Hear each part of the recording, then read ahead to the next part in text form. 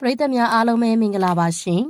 King Audio Book YouTube Channel ကနေပြန်လည်ကြိုဆိုပါရစေ။နေ့စဉ်နေ့တိုင်းမှာစိတ်ဝင်စားဖွယ်ရာကောင်းတဲ့ပရာလောကရဲ့ဖြစ်ရဲ့စမ်းချေဇလံကောင်းတွေနဲ့အတူတူအားလုံးရဲ့အကြိုက်နဲ့ထပ်တူကြားမဲ့ဇလံတွေကိုနေ့စဉ်ရွေးချယ်တင်ဆက်လို့ပေးနေပါတယ်။ဒီကနေ့မှာပရိသတ်ကြီးအတွက်တင်ဆက်ပေးဖို့ယူဆောင်လာတဲ့ဇလံကတော့စာရေးဆရာကိုပိုက်ရဲ့တစေမကြောက်မြက်ကန်းမုတ်ဆူးဆိုတဲ့ဇလံကောင်းတစ်ပုဒ်ကိုတင်ဆက်သွားမှာဖြစ်ပါတယ်။တင်ဆက်မှုမစခင်မှာ channel ကို like and subscribe လေးနဲ့အားပေးဖို့လေးတောင်းဆိုချင်ပါတယ်။ဇလံအသစ်တွေတင်တိုင်းသိရှိစေဖို့အတွက်ဘေးနာကနိုတီခေါင်းလောင်းလေးကိုနှိပ်ထားပြီးတော့ဇလံများနားဆင်တဲ့အခါမှာလေပရိသတ်တွေက VPN လေးဖွင့်ပြီးနားဆင်ပေးဖို့အတွက်မြတ်တာရက်ခန့်ချင်ပါတယ်။ဇလံတင်ဆက်မှုစတင်ပါပြီ။ကိုပိုက်ရဲ့တစေမကြောက်မြက်ကန်းမုတ်ဆူကြံ့ကြုံဒီချောင်းမှာကျွန်တော်တို့စကန်းချနေကြသည်မှာ3ရက်ခန့်ရှိပြီဖြစ်တယ်။ခြေခုံမြုပ်ယုံခန့်ရေးစည်းကြောင်းလေးက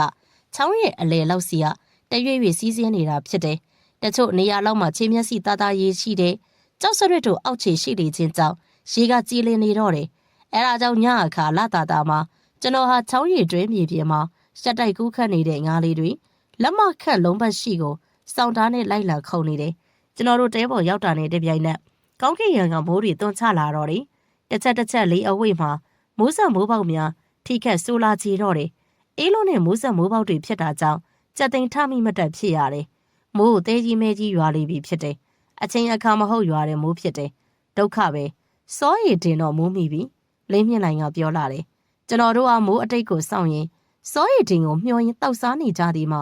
ဝီစကီတပြားနဲ့ငါးခင်များပင်ကုန်ညီပြီဖြစ်တယ်။အချိန်ကလည်းညနေပိုင်းကိုရောက်မှမသိရောက်လာတော့တယ်။မိုးကလည်းတစားဆဲလေပြီဖြစ်တယ်။မိုးဆဲလေပြီအတန်ကြာသည့်တိုင်စောရည်တင်ပြန်ရောက်မလာသေးဘူး။ဒီလိုနဲ့ကျွန်တော်တို့ဒီလေတမျောမျောစောရည်တင်သည်ပေါ်မလားဘာဖြစ်လို့ပါလဲနေအောင်မြောက်ကိုလင်းဆိုပြီးတော့ကျွန်တော်တယောက်ဆင်းပြီးတော့လက်နေဓမီနဲ့ဝါတော့ဘက်လမ်းထိုးနေလိုက်တယ်။မီးအောင်အောက်ကရိတ်ခနဲတံတန်းတစ်ခုကိုတွေ့လိုက်တယ်။အဲဒါကြောင့်အဲ့ဒီတံတန်းကိုမြင်မိရတော့မီးကိုအသေးထိုးထားလိုက်တယ်။ကိုလင်းဟိုမှာကြည့်စမ်းဘာကောင်လုံးမြအဲ့ဒီတံတန်းကကျွန်တော်အမြင်မှာတော့မြောက်တကောင်စောင်းကြောင်ထိုင်းနေတယ်လို့ထင်လိုက်တယ်။ဘာကောင်မှမဟုတ်ဘူးတင့်ငုတ်ကြီးလင်းမြင့်နိုင်ကသူ့အမြင်ကိုပြောလာတယ်။ကျွန်တော်အသေးအချာကြည့်လိုက်ပြန်နေမြောက်မှာမြောက်ပါဗျအဲ့ဒီလိုနဲ့ကျွန်တော်ကတက်အပ်ပြောလိုက်တယ်တင့်ငုတ်တူပါဗျလင်းမြင့်နိုင်ကလည်းဒီလိုသာအခိုက်အမာပြောလာတယ်ဒါဖြင့်ပြစ်ကြည့်မယ်ဗျဆိုပြီးတော့ကျွန်တော်ကတနက်နဲ့လှမ်းထိုးချိန်လိုက်တဲ့အခါမှာကိုပိုက်မပြစ်နဲ့လင်းမြင့်နိုင်ကကြပြကတိတားစီလာတော့တယ်ဘာလို့တော့မြဘာလို့တုံးရမှာလဲတော်နေစောရည်တင်ဝါတော်တွေကထွက်လာရင်ချော်ပြူမှန်းနေပါဦးမေဟုတ်ပြီသားပဲအဲ့ဒါကြောင့်ကျွန်တော်ကတနက်ကိုပြန်ရုပ်လိုက်တဲ့အခါမှာဒိန်းငနဲ့ဘယ်သူကပြစ်လိုက်မှန်းမသိတဲ့တနက်တန်တစ်ချက်ပေါ်ထွက်လာပြီးတော့ကျွန်တော်နဲ့လင်းမြင့်လိုက်အငင်းပွားနေတယ်အဲ့ဒီမဲတံကပျောက်ကွယ်သွားတော့တယ်ကျွန်တော်တို့အပြင်အခြားမဟုတ်ဆိုဒီတဝိုက်မှာရှိလိမ့်မယ်ကျွန်တော်ကပြောလိုက်တယ်ဘယ်သူမှမရှိပါဘူးကျွန်တော်တို့စီရှိတာပါအဲ့ဒီအတန်ကြောင့်ကျွန်တော်နဲ့လင်းမြင့်လိုက်ကအားရဝမ်းသာအတန်လာရတဲရဲ့တောင်ဘက်ကိုလှည့်ကြည့်လိုက်ကြတယ်မုတ်ဆိုးစောအေးတင်ဖြစ်တယ်တကောလုံးရွှေဆိုလို့သူ့လွယ်ပလိုင်းအတွင်းလွန်စွာမြကြီးမားတဲ့ဖော်ကြီးတကောင်ပါလာတယ်ဖော့ကောင်ဦးကောင်ကြီးနေပုံထောက်ရင်တော့စောရည်တင်တယောက်တနတ်တင်နဲ့ထူရိတ်တက်လာခြင်းလေးဖြစ်လိမ့်မယ်။ဒါဖြင့်ခမည်းငှက်သွားပြစ်တာဆိုးဗျ။ကျွန်တော်ကမေးလိုက်တယ်။ငှက်အိတ်တန်းမတွေ့ဘူးဗျ။ဒါကြောင့်ဝါတော့ကနေပြန်အထွက်မှာမိုးသေးသေးရွာလာတာနဲ့ပြေးလွှားပြီးကညင်မင်းကြီးအောက်ခြေကိုမိုးသွားအခုမှာဖုတ်ကောင်ကလည်းမိုးသေးသေးမှာကညင်မင်းကြီးအောက်ခြေမှာငင်းကုတ်နေတာနဲ့တနတ်တင်နဲ့ထူတက်ခဲ့တာပဲဗျ။မုတ်စိတ်ပြားဆွဲတာပဲလို့ပြောရမလားပဲ။အဲ့ဒါလို့ပြောရင်စောရည်တင်ကသူတနတ်နဲ့လွယ်ပလိုင်းကိုတဲပေါ်မှာချထားလိုက်လေပြီးဖော့ကောင်ကိုတော့ဖြင့်အသားဖြတ်ရန်မီးပုံနာကိုယူသွားတယ်။မိုးဆူနေတဲ့ထင်းကြောက်ခိုင်းတွေကိုပြန်လဲစူစီပုံလိုက်လေပြီးမီးထက်မှွေလိုက်တယ်။အတန်ကြာမှာမီးခိုးတွေဥလိုက်လာလေပြီးမီးတောက်မီးလျံတွေဖြစ်လာချေတော့တယ်။အဲဒီတော့မှစောရည်တင်ကမီးပုံနာမှာထိုင်ပြီးဖော့ကောင်ကိုအသားဖြတ်နေချေတော့တယ်။စောကဘာကောင်လို့ထင်တော့ကျွန်တော်ကမေးလိုက်တယ်။တနက်ပြစ်ချက်ကြောင့်မဲတံပျောက်ခွဲသွားတာကြောင့်တင်းငုတ်တို့မဟုတ်မှန်းသိလိုက်တဲ့လင်းမြင့်လိုက်တယောက်ညင်ကုတ်နေလေတော့တယ်။ဘာကောင်မှမဟုတ်ဘူးမြောက်တစီဟင်ဘလို့မြောက်တစီဗျကျွန်တော်ငှက်ပြစ်သွားတော့ကဝါတော်ထဲမှာတွေ့ခဲ့တယ်။ပထမတော့မြောက်ပဲထင်လိုက်ပြီးပြစ်မယ်ဟန်ပြင်လိုက်တိုင်းပျောက်သွားတယ်။တကယ်မြောက်စစ်ကောမဖြစ်နိုင်ဘူးလား။အဲ့ဒီလိုလင်းမြင့်လိုက်ကစောရည်တင်ကိုလှမ်းပြောလိုက်တယ်။မဟုတ်ဘူးမြောက်တစီမှာမြောက်တစီနီကကမြင်ရတယ်။ကျွန်တော်ကတစီမကြောက်တတ်လို့ပေါ့ဗျ။သူ့ရဲ့ပုံပန်းတံကကြောက်စရာကြီးရဲ့ ကျွန်တော်မိုးသေးလာတော့အဲ့ဒီဝါတော်တွေကထွက်လာလေမ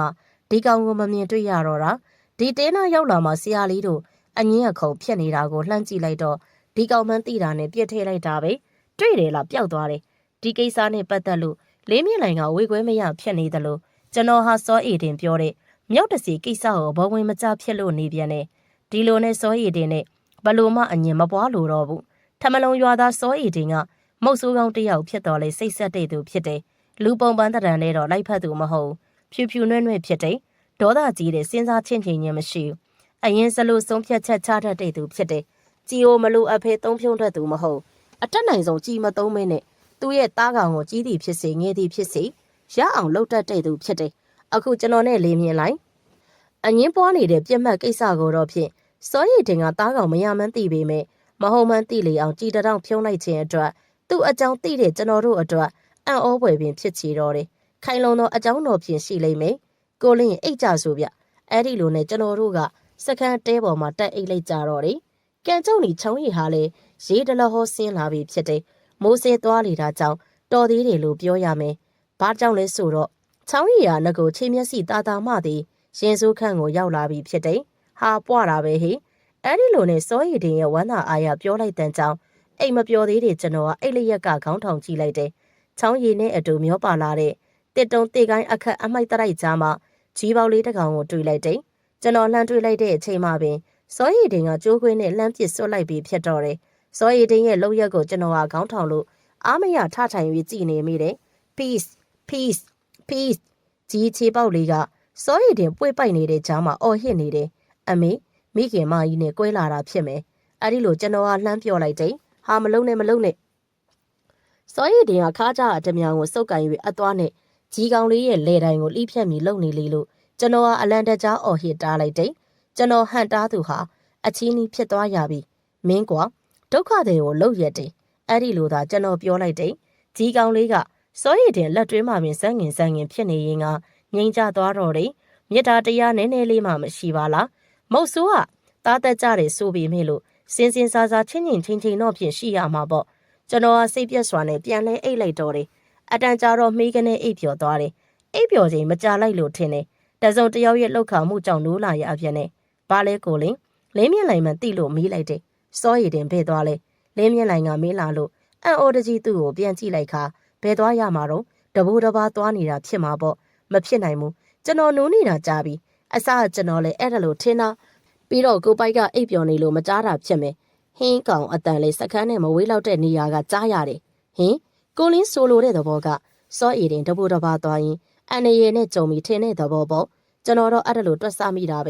ကျွန်တော်အိတ်မပြောခင်လေးကရေစည်းနဲ့မျောလာတဲ့ကြီးပေါက်လေးတစ်ကောင်ကိုဆယ်ပြီးတက်လိုက်တာတွေ့လို့သူ့ကိုအတော်စိတ်ပြက်သွားပြီးပြန်လဲအိတ်လိုက်တာပဲအခုကိုလင်းတို့မှပြောမှသိတယ်နေပါအောင်ကြီးပေါက်ကလေးကလေအသာကင်ထားတာမတွေ့ပါလားကျွန်တော်အားစကန်ရှိထင်းပြီးပုံပဲကြည့်ကပြောလိုက်တယ်ကြီးပေါက်လေးကိစ္စကတော့ကိုပိုက်ပြောမှသိရတာကျွန်တော်အားထထိုင်လိုက်လေပြီးစကန်ပတ်ဝန်းကျင်အရက်လေးမျက်နာသို့ဝေးဝိုက်လှမ်းကဲကြည့်လိုက်တယ်ညနေအချိန်မှရှိသေးပုံလေးရတယ်ဟိုတိုဝါတာတော့ဖြစ်မြင်နေရတယ်မနက်ထိစောင့်ကြည့်တာပေါ့အဲ့ဒါလို့ပြောလိုက်တဲ့အချိန်မှပင်ဝေါင်းရီလိုဟင်းကောင်ရဲ့အတန်ကိုခလန်းလန်းနေရလောက်စီအားကြားရတယ်ကိုပိုက်ရေမနက်ထိစောင့်လို့တော့မဖြစ်တော့ဘူးထင်တယ်ဒီလိုဖြင့်စောရည်တင်အတွက်ပို့ပြီးတော့စိုးရင်စရာဖြစ်လာတော့မှာပေါ့အဲ့ဒီတော့ဒီလိုလှုပ်ချင်နေဗျာဆိုအနာတဝိုက်လိုက်ရှာကြည့်ချင်နေကျွန်တော်ကခေါင်းကြီးပြလိုက်လေပြီးတနက်နဲ့ဓာမီကိုယူပြီးတဲပေါ်ကနေဆင်းလိုက်တော့တယ်အဲ့ဒီလိုနဲ့ကျွန်တော်နဲ့လေးမြင့်လိုင်းကဓာမီတဝင်းဝင်းနဲ့စခန်းတဝိုက်အတိုင်ငယ်လှမ်းသည့်တိုင်စောရည်တင်ကိုလိုက်ရှာကြတော့တယ်တဝူးဝူးနဲ့အဲ့ဒီလိုအတန်ပြုတ်အချက်ပေးကြပြန်တယ်ကျွန်တော်တို့အချက်ပေးအတန်ပြုတ်တန်ကြောင်းမျိုးငှက်နဲ့အိတ်တန်းဝင်ငှက်တို့သည်၎င်းခြုံရွယ်ပင်တို့ကြားတိုးပြီးအိတ်ဆက်နေကြတဲ့တားကောင်ငယ်လေးတို့သည်၎င်းကြောက်လန့်တကြားပြေးထွက်ကြကုန်တယ်တကွီကွီတတိန်တိန်နဲ့ပုတ်ခနဲ့တစ်ပင်ထက်ကမြောက်တကောင်ကကျွန်တော်တို့အတန်ကြောင့်တက်ခိုင်းငယ်ကိုလှန်တွဲခိုခုံပေါက်အော်ဟစ်နေတာကြောင့်လင်းမြင့်လိုင်ကရုတ်ချင်းပြက်ခတ်လိုက်ခြင်းဖြစ်တယ်မနက်စာအလုံးကအထွေအထူးအမဲရှာပြည့်ရန်မလိုတော့ဇော်ရည်တင်ကိုတွေ့သည်ဖြစ်စေမတွေ့သည်ဖြစ်စေစကန်းပြန်၍မြောက်ကောင်ကိုတစို့ထိုးမိကင်ထားပြီးအေးလူအဲ့ရင်ဇော်ရည်တင်ပြန်အလာကိုစောင့်လို့ရပြီဖြစ်တယ်ကျွန်တော်နဲ့လင်းမြင့်လိုင်ကမြောက်တီကောင်ရှိရာကိုရှောက်သွားလိုက်ပြီးတော့အယုတ်ကျိုးပြဖြစ်နေတဲ့မြောက်ကောင်ကိုတွေးလိုက်ကြတဲ့အခါမှာထိတ်လန့်တကြားဖြစ်မိတော့တယ်မြောက်ကောင်သေးနားမှာသွေးတန်ရဲရဲနဲ့အသားဆိုင်တို့တစိမ့်နီးနီးဖြစ်နေတဲ့ကြီးကောင်လေးကိုတွေးလိုက်ကြတာလေးဖြစ်တယ်ဒါစောအီတင်တတ်ထားတဲ့ ကြီးကောင်လေးပဲဗျဘလို့ကြောင့်ဒီမှာလာရှိနေရတာလေပြီးတော့တစစီပါလားအဲ့ဒီလိုကျွန်တော်ကအန်အော်တကြီးပြောလိုက်တယ်တားရဲကောင်ဆွဲလာတာဖြစ်မယ်အဲ့ဒီလိုလေးမြင့်လိုက်ပြောလာလို့စောရည်တင်အတွက်ပို့လို့ဆွေးရင်လာပြီးဖြစ်မိတော့တယ်ဒီပုံကြည့်ရတာတိတ်ဟမ်းမဲ့ပုံမပေါ်ဘူးဗျလာပြဟိုရှင်နားလောက်ထိသွားကြည့်ကြသေးတာပေါ့အဲ့ဒီလိုဆိုပြီးကျွန်တော်ဟာမြောက်ကောင်သေးကိုထမ်းပိုး၍ရှေ့ခလန်းလန်းရှိခြုံရွယ်ပင်တို့အတွင်းတိုးဝေဝင်ကြည့်လိုက်ပြန်တယ်ခြုံရွယ်ပင်တို့တစ်ဖက်မှာဝါတော်လေးရှိတယ်တပင်းတိုင်းစက်တောင်းဝါတော်ဖြစ်တာကြောင့်အောက်ပေါင်းရှင်းပြီးတော့ဝါတော်ချီအနေကိုကောင်းကောင်းမြင်နေရတယ်ကိုလင်းဟိုမှာခလန်းလန်းမြင်လိုက်ရတဲ့အရာကိုတဲတဲကွဲကွဲသိရအလို့ငါသွားကြည့်လိုက်တယ်ဟင်ဟာစက်သိမ်းများပင်ထသွားမိတော့တယ်သွေးစွန်းနေတဲ့အဝတ်အစားအပိုင်းအစတွေလည်းဖြစ်တယ်ဒါလို့ဆိုရင်စောအီတင်အတွက်စိုးရိမ်မှုလွန်ကဲရပြီအခြေအနေကောင်းပြီပုံလုံးဝမမြင်တော့ဒုက္ခပါပဲကိုလင်းရဒီလိုကျွန်တော်ကညင်းညင်းညူညူပြောလိုက်မိတော့တယ်စောရည်ထင်ကိုကျွန်တော်တို့တေလန်းခေါ်လာမိခြင်းမလားကျွန်တော်တို့ပယောကမကင်းတော့သူ့အဖေဖြစ်သူစောဒေးဗစ်ကိုဘလို့မျက်နှာပြန်ပြကြရချီတော်မူနေဒေးဗစ်ရဲ့ကျွန်တော်တို့အာမခံပါလေသူလည်းပဲစိတ်ပြေလက်ပြောင်ဖြစ်တာပေါ့ကိုပိုက်တို့ဆိုတော့လေခွင့်ပြုရတာပေါ့ဗျဒီကောင်းကိုကြုံစိတ်မချဘူးတစွတ်ထိုးလှုပ်တတ်တယ်သားတစ်ယောက်ရှိပါတယ်ဘာမဟုတ်တဲ့မိန်းမတစ်ယောက်အတွက်နဲ့ဘဝပြက်ခန့်အဆုံးခံရင်ရတယ်လို့ဗျအဲ့ဒါကြောင့်ပြောတာပေါ့ဗျကန့်ကြုံနေပဲအမဲပြစ်သွားဖို့ရာသူ့ကိုလမ်းပြခေါ်သွားတာပေါ့တစ်ချက်ခုတ်နှစ်ချက်ပြက်လေးဗျသူလည်းပဲစိတ်ပြေလက်ပြောင်ဖြစ်တာပေါ့အဲ့ဒီလိုဆိုခဲ့တယ်လို့စိတ်ပြေလက်ပြောင်တင်မဟုတ်လူပင်ပျောက်သွားချီပြီးကောတကယ်တော့စောရည်တင်ကမုတ်ဆိုးဒေးဗစ်ရဲ့တအူဒီသောသားဖြစ်တယ်ရုပ်လေးရတန်တန်လူပုံတရံကနှွဲ့နှွဲ့ဆိုပေမဲ့မထင်ရလေအောင်စိတ်ကြမ်းလူကြမ်းရှိတာကြောင့်သူ့အကြောင်းသိတဲ့ကလေးမာလေးတွေကဝေးဝေးရှောင်ကြတယ်အဲ့ဒါကိုစောရည်တင်ကလည်းဂယုမဆိုင်ချေဆိုပေမဲ့ရွာတဲ့ကြီးစောအာပိုလိုရဲ့သမီးနန်းကျော်ကိုတော့ဖြင့်ဂယုဆိုင်ရတယ်သူကချစ်နေတာကိုနန်းကျော်ကတော့မို့တရွာသေးသားဖြစ်တဲ့စောရည်တင်အကြောင်းဥမချေခါသိနေလို့လုံးဝလက်မခံတဲ့အပြင်ရှောင်သွေဖယ်လို့သာနေတယ်သူအကြောင်းသူသားအတိဆုံးဖြစ်တဲ့စောရည်တင်က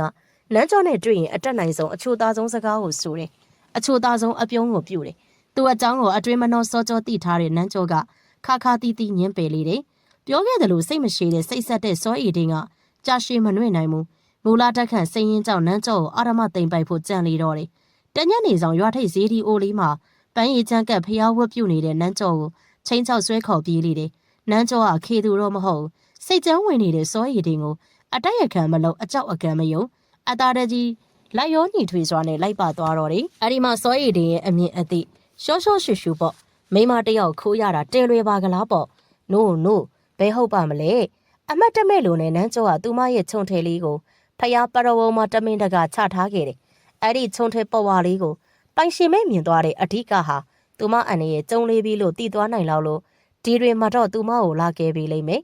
ပိုင်လိုက်လေနန်းကျော်ရဲ့ခြုံထဲပေါ်ဝါလေးကိုမြင်လိုက်တာနဲ့ဒုက္ခရောက်နေပြီတိပြီအောင်တော့ဘယ်ကိုလိုက်ရမည်မှသိနိုင်ပါလိမ့်မလားဆိုဒီကိုတော့သူမအထွေအထူးစဉ်းစားเสียရမလို့အဓိကဘေးပဲတာမညမမဟုတ်တာကြီးအဓိကပါဆိုမှဖျားပရဝုံကလှမ်းကြည့်လိုက်ရင်မြင်သာလောက်တဲ့တော်တန်လေးအတွင်းသို့သာမဖြစ်မနေလိုက်ရမည်ကိုအဓိကမသိဘဲရှိနိုင်မှာမလဲတို့နေရာလေးမှလွယ်လို့ကြံ3ဘက်3နိုင်ကရွာအိမ်နှန်းတွေလေရှင်းနေတာပဲစောရည်တင်တယောက်နန်းကျော်ကိုဆွဲခေါ်သွားပြီးမကြလောက်တဲ့အချိန်ကလေးမှာအဓိကနဲ့တာမညတို့ရောက်လာကြတော့တယ်ကိုကြီးအဓိက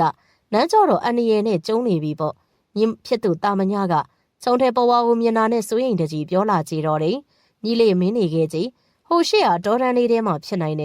်ဒါလို့ဆိုပြီးအဓိကပြေးထွက်သွားလေတော့တယ်တာမညကခြုံထဲပေါ်ဝါလေးကိုကောက်ယူပြီးညီလေးလေးလိုက်မယ်ဆိုပြီးတော့အဓိကနောက်ကိုပြေးလိုက်သွားပြန်တယ်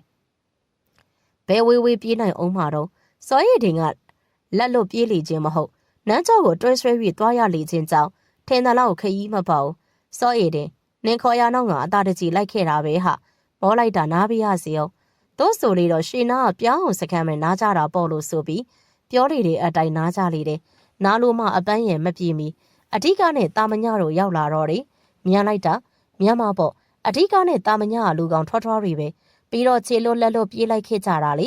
အဓိကနဲ့တာမညကလူကောင်ထွားထွားရှုပ်ဆိုးပေမဲ့စိတ်ထားနှူးညံ့တိမ်မွေ့ကြတယ်တို့ဆိုပေမဲ့မကြမ်းညင်ပဲကြမ်းရပြီသူတို့က2ယောက်လူကောင်ကထွားထွားစောရည်တင်က1ယောက်တည်းစိတ်သာကြမ်းတယ်ခန္ဓာကိုယ်ကနှွဲ့နှွဲ့နှောင်းနှောင်းဆိုတော့ပြောင်းအောင်စကမ်းမှာပြားတုတ်ခံရတယ်ပဲပြောရတော့မယ်မတိကောင်းမပြောက်ကောင်းသားရဲ့စောတေးဘေး1ယောက်ရင်ထုမနာဖြစ်ရတော့တယ်အဲ့ဒါဟာအထူးအထောင်းအရိုက်အနှက်ခံရလေတဲ့ဒိုင်ယာကစောရည်တင်အတွက်မပြောပါလောက်လို့ခံယူလိုက်နိုင်ပေမဲ့နန်းကျော်ဖေကသူမကိုသူ့နဲ့အဖြစ်မျိုးထပ်မံမကြုံရလေအောင်ဆိုပြီး ဓိကနဲ့ပေးစားလိုက်တယ်။သိလိုက်ရတဲ့စောရည်တင်တယောက်အတော်ခံစားလိုက်ရတဲ့ခံစားချက်ကဘလို့နှိုင်းရမြင်မှမသိတော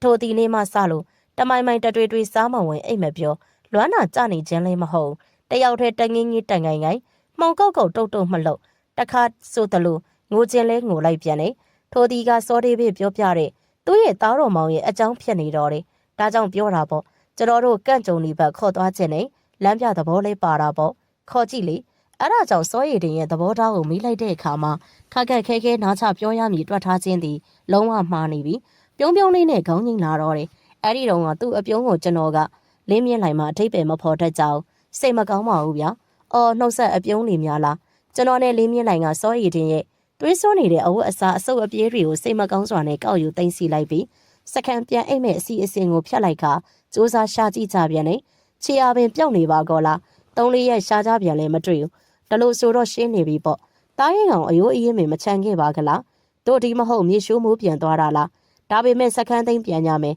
ထမလုံးရွာဝဝေငါစောဒေးဘေးကိုအကျိုးအကြောင်းပြောပြတောင်းပန်ရမည်တွက်လျက်စောရည်တင်ရှားပုံတော်ခရီးကိုဖျက်သိမ်းစခန်းတို့လက်လျှော့ပြန်ခဲ့ကြတဲ့အခါစခန်းသွားလန်းချုံတွေထူထက်တောင်ကဘာမမတ်နေရအရောက်လေးတစ်ချက်ဝိတ်အတိုက်မှာအော်ဂလီစံဝဲကောင်းတဲ့ပုတ်အနက်ရလိုက်တာကြောင့်ကိုပိုက်ရီအပုတ်နန်းမြအဲ့ဒါလို့ဆိုပြီးလင်းမြင့်လိုက်ကပတ်ဝန်းကျင်တောက်ဝိုက်ဝဲကြည့်ရင်နှာခေါင်းကိုတရှုံလုံးနေလေတယ်ဟာဟုတ်ပြီဒီတောင်ကဘာအောက်ကဗျလို့ဆိုပြီးမဆောက်ဆောက်တောင်ရိုးအောက်ကိုငုံကြည့်လိုက်တယ်ဟ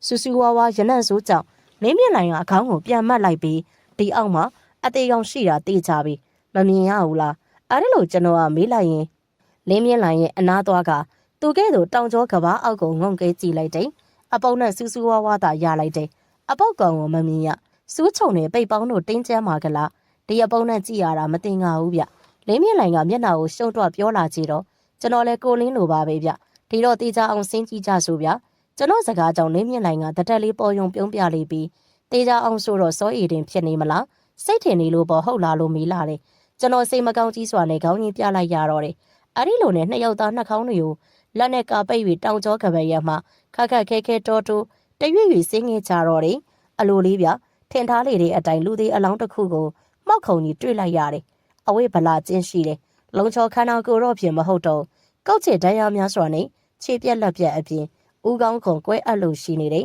။စောရည်တင်များလားတိတိရင်းနဲ့ပဲပက်လက်အနေအထားကိုဆွဲလှန်လိုက်တယ်။ဟာဟင်ရုတ်တရက်မို့လမ်းဖြန့်သွားကြတယ်။မှန်မိလောက်အောင်ပါပဲလား။ရုပ်ပြက်စင်းပြက်ဖြစ်လို့နေပြီ။မျက်လုံးဟောက်ပတ်ရုပ်ပြက်စင်းပြက်ရှိလို့နေပြီ။မောက်ဆူကသားကောင်ဘဝဖြစ်သွားရတာပါကလား။ဟင်တေးကြသွားပြီစောရည်တိကြားစားခံလိုက်ရပြီဘယ်တက်နိုင်မှမလဲလေသူကန့်ကုန်ပြီပဲတေးဆုံးသူစောရည်တင်ဖြစ်နေခြင်းကြောင့်အပုံနှံငော်ပင်တတိမပြုတ်အောင်ခက်ခက်ခဲခဲအောက်ခြေကိုတွန်းလိမ့်ချမြောင်းအခြေမှာကြကြနာယာယီမြုပ်နှံပေးလိုက်ကြပါတယ်ထမလုံးပြန်သွားစောဒေးဘစ်ကိုပြောပြအလောင်းပြန်လာကောက်ကြရမယ်ဖြစ်မဖြစ်ရလေစောရည်တင်ရဲ့ကျွန်တော်နဲ့လင်းမြင့်လိုက်ပယောကမကင်းကြပြီဖြစ်တော်ရီသူဟာသူနေအကောင်သားအသက်ရှည်ပြီအောင်မယ်အခုတော့ကျွန်တော်တို့ကြောင့်အသေးစိုးနဲ့တည်ရပြီနန်းကျော်တိလျင်ဝမ်းတာလေးမလားအဓိကနဲ့တာမညကတော့စိတ်ချမ်းသာကြရတော့လေမလားကိုလင်းကြီးသူတနတ်ကောဗျအနာပတ်ဝန်းကျင်မတွေ့တနတ်ကိုတော့ဖြစ်ကြားကောင်စားပြစ်မှာတော့မဟုတ်ယူသွားလိုက်မှလည်းမဟုတ်တစစီဖြက်စီးပြစ်မှလည်းမဟုတ်အံ့မွေတော့အကောင်းသားကလားသူတနတ်ပဲမှလေတခုတော့ရှိတယ်တနေရာမှာတော့ရှိနေလိမ့်မယ်သူတနတ်လွတ်ကြခဲ့တဲ့နေရာမှာသူ့ကိုကြားကောင်ကဤနေရာကိုဆွဲခေါ်လာခြင်းဖြစ်မယ်ဒီလိုဖြစ်နိုင်တာကြောင့်သူရဲ့တနတ်ကိုတယောက်ကတွေးရှိကောက်ယူသွားခြင်းလေးဖြစ်နိုင်တယ်ကဲကိုလင်းသွားကြဆိုဗျ